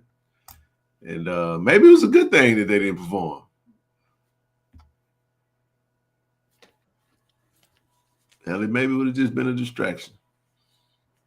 But anyway, listen, everybody, man. Make sure you get your football season tickets. Appreciate everybody for tuning in, man. Hit the like button, share button, subscribe button. We'll be back on Wednesday. Maybe a special guest. We'll see. We'll let y'all know how it goes. We'll drop that content, man. So appreciate everybody tonight. We'll get back in the flow of things. Be back Wednesday and then obviously on Friday. So before we get up out of here, man, need you guys to click that link, man. Click the link, go over there to the collective website and get signed up if you haven't gotten signed up yet, man. Get signed up. They walked off the field after halftime performance. Yeah, they did. Yeah, it was very lackluster, man. I'm trying to be. I'm practicing. If you ain't got nothing good to say, don't say nothing at all right now. It just the boom would never. And the boom said they'll see y'all up in Memphis on in a few days. So. Hey, look, man. Hey, the boom stopped the Rose Day parades. And they kept performing in the middle of the street. That wasn't even supposed to stop. So boom gonna blow. For real. And just like that, man, we finna get up out of here, y'all. So we'll see y'all back on Wednesday, man. Appreciate everybody for tuning in tonight. Be y'all love. Go Tigers. Go Tigers. Peace out, everybody. ShotRx is bringing healthcare to you. With our mobile health team, we can come to your school, church, or business to take care of you. We offer childhood immunizations, COVID and flu vaccinations, physicals, and much more. Don't put your health off. Welcome to Care and Compassion. Welcome to ShotRx.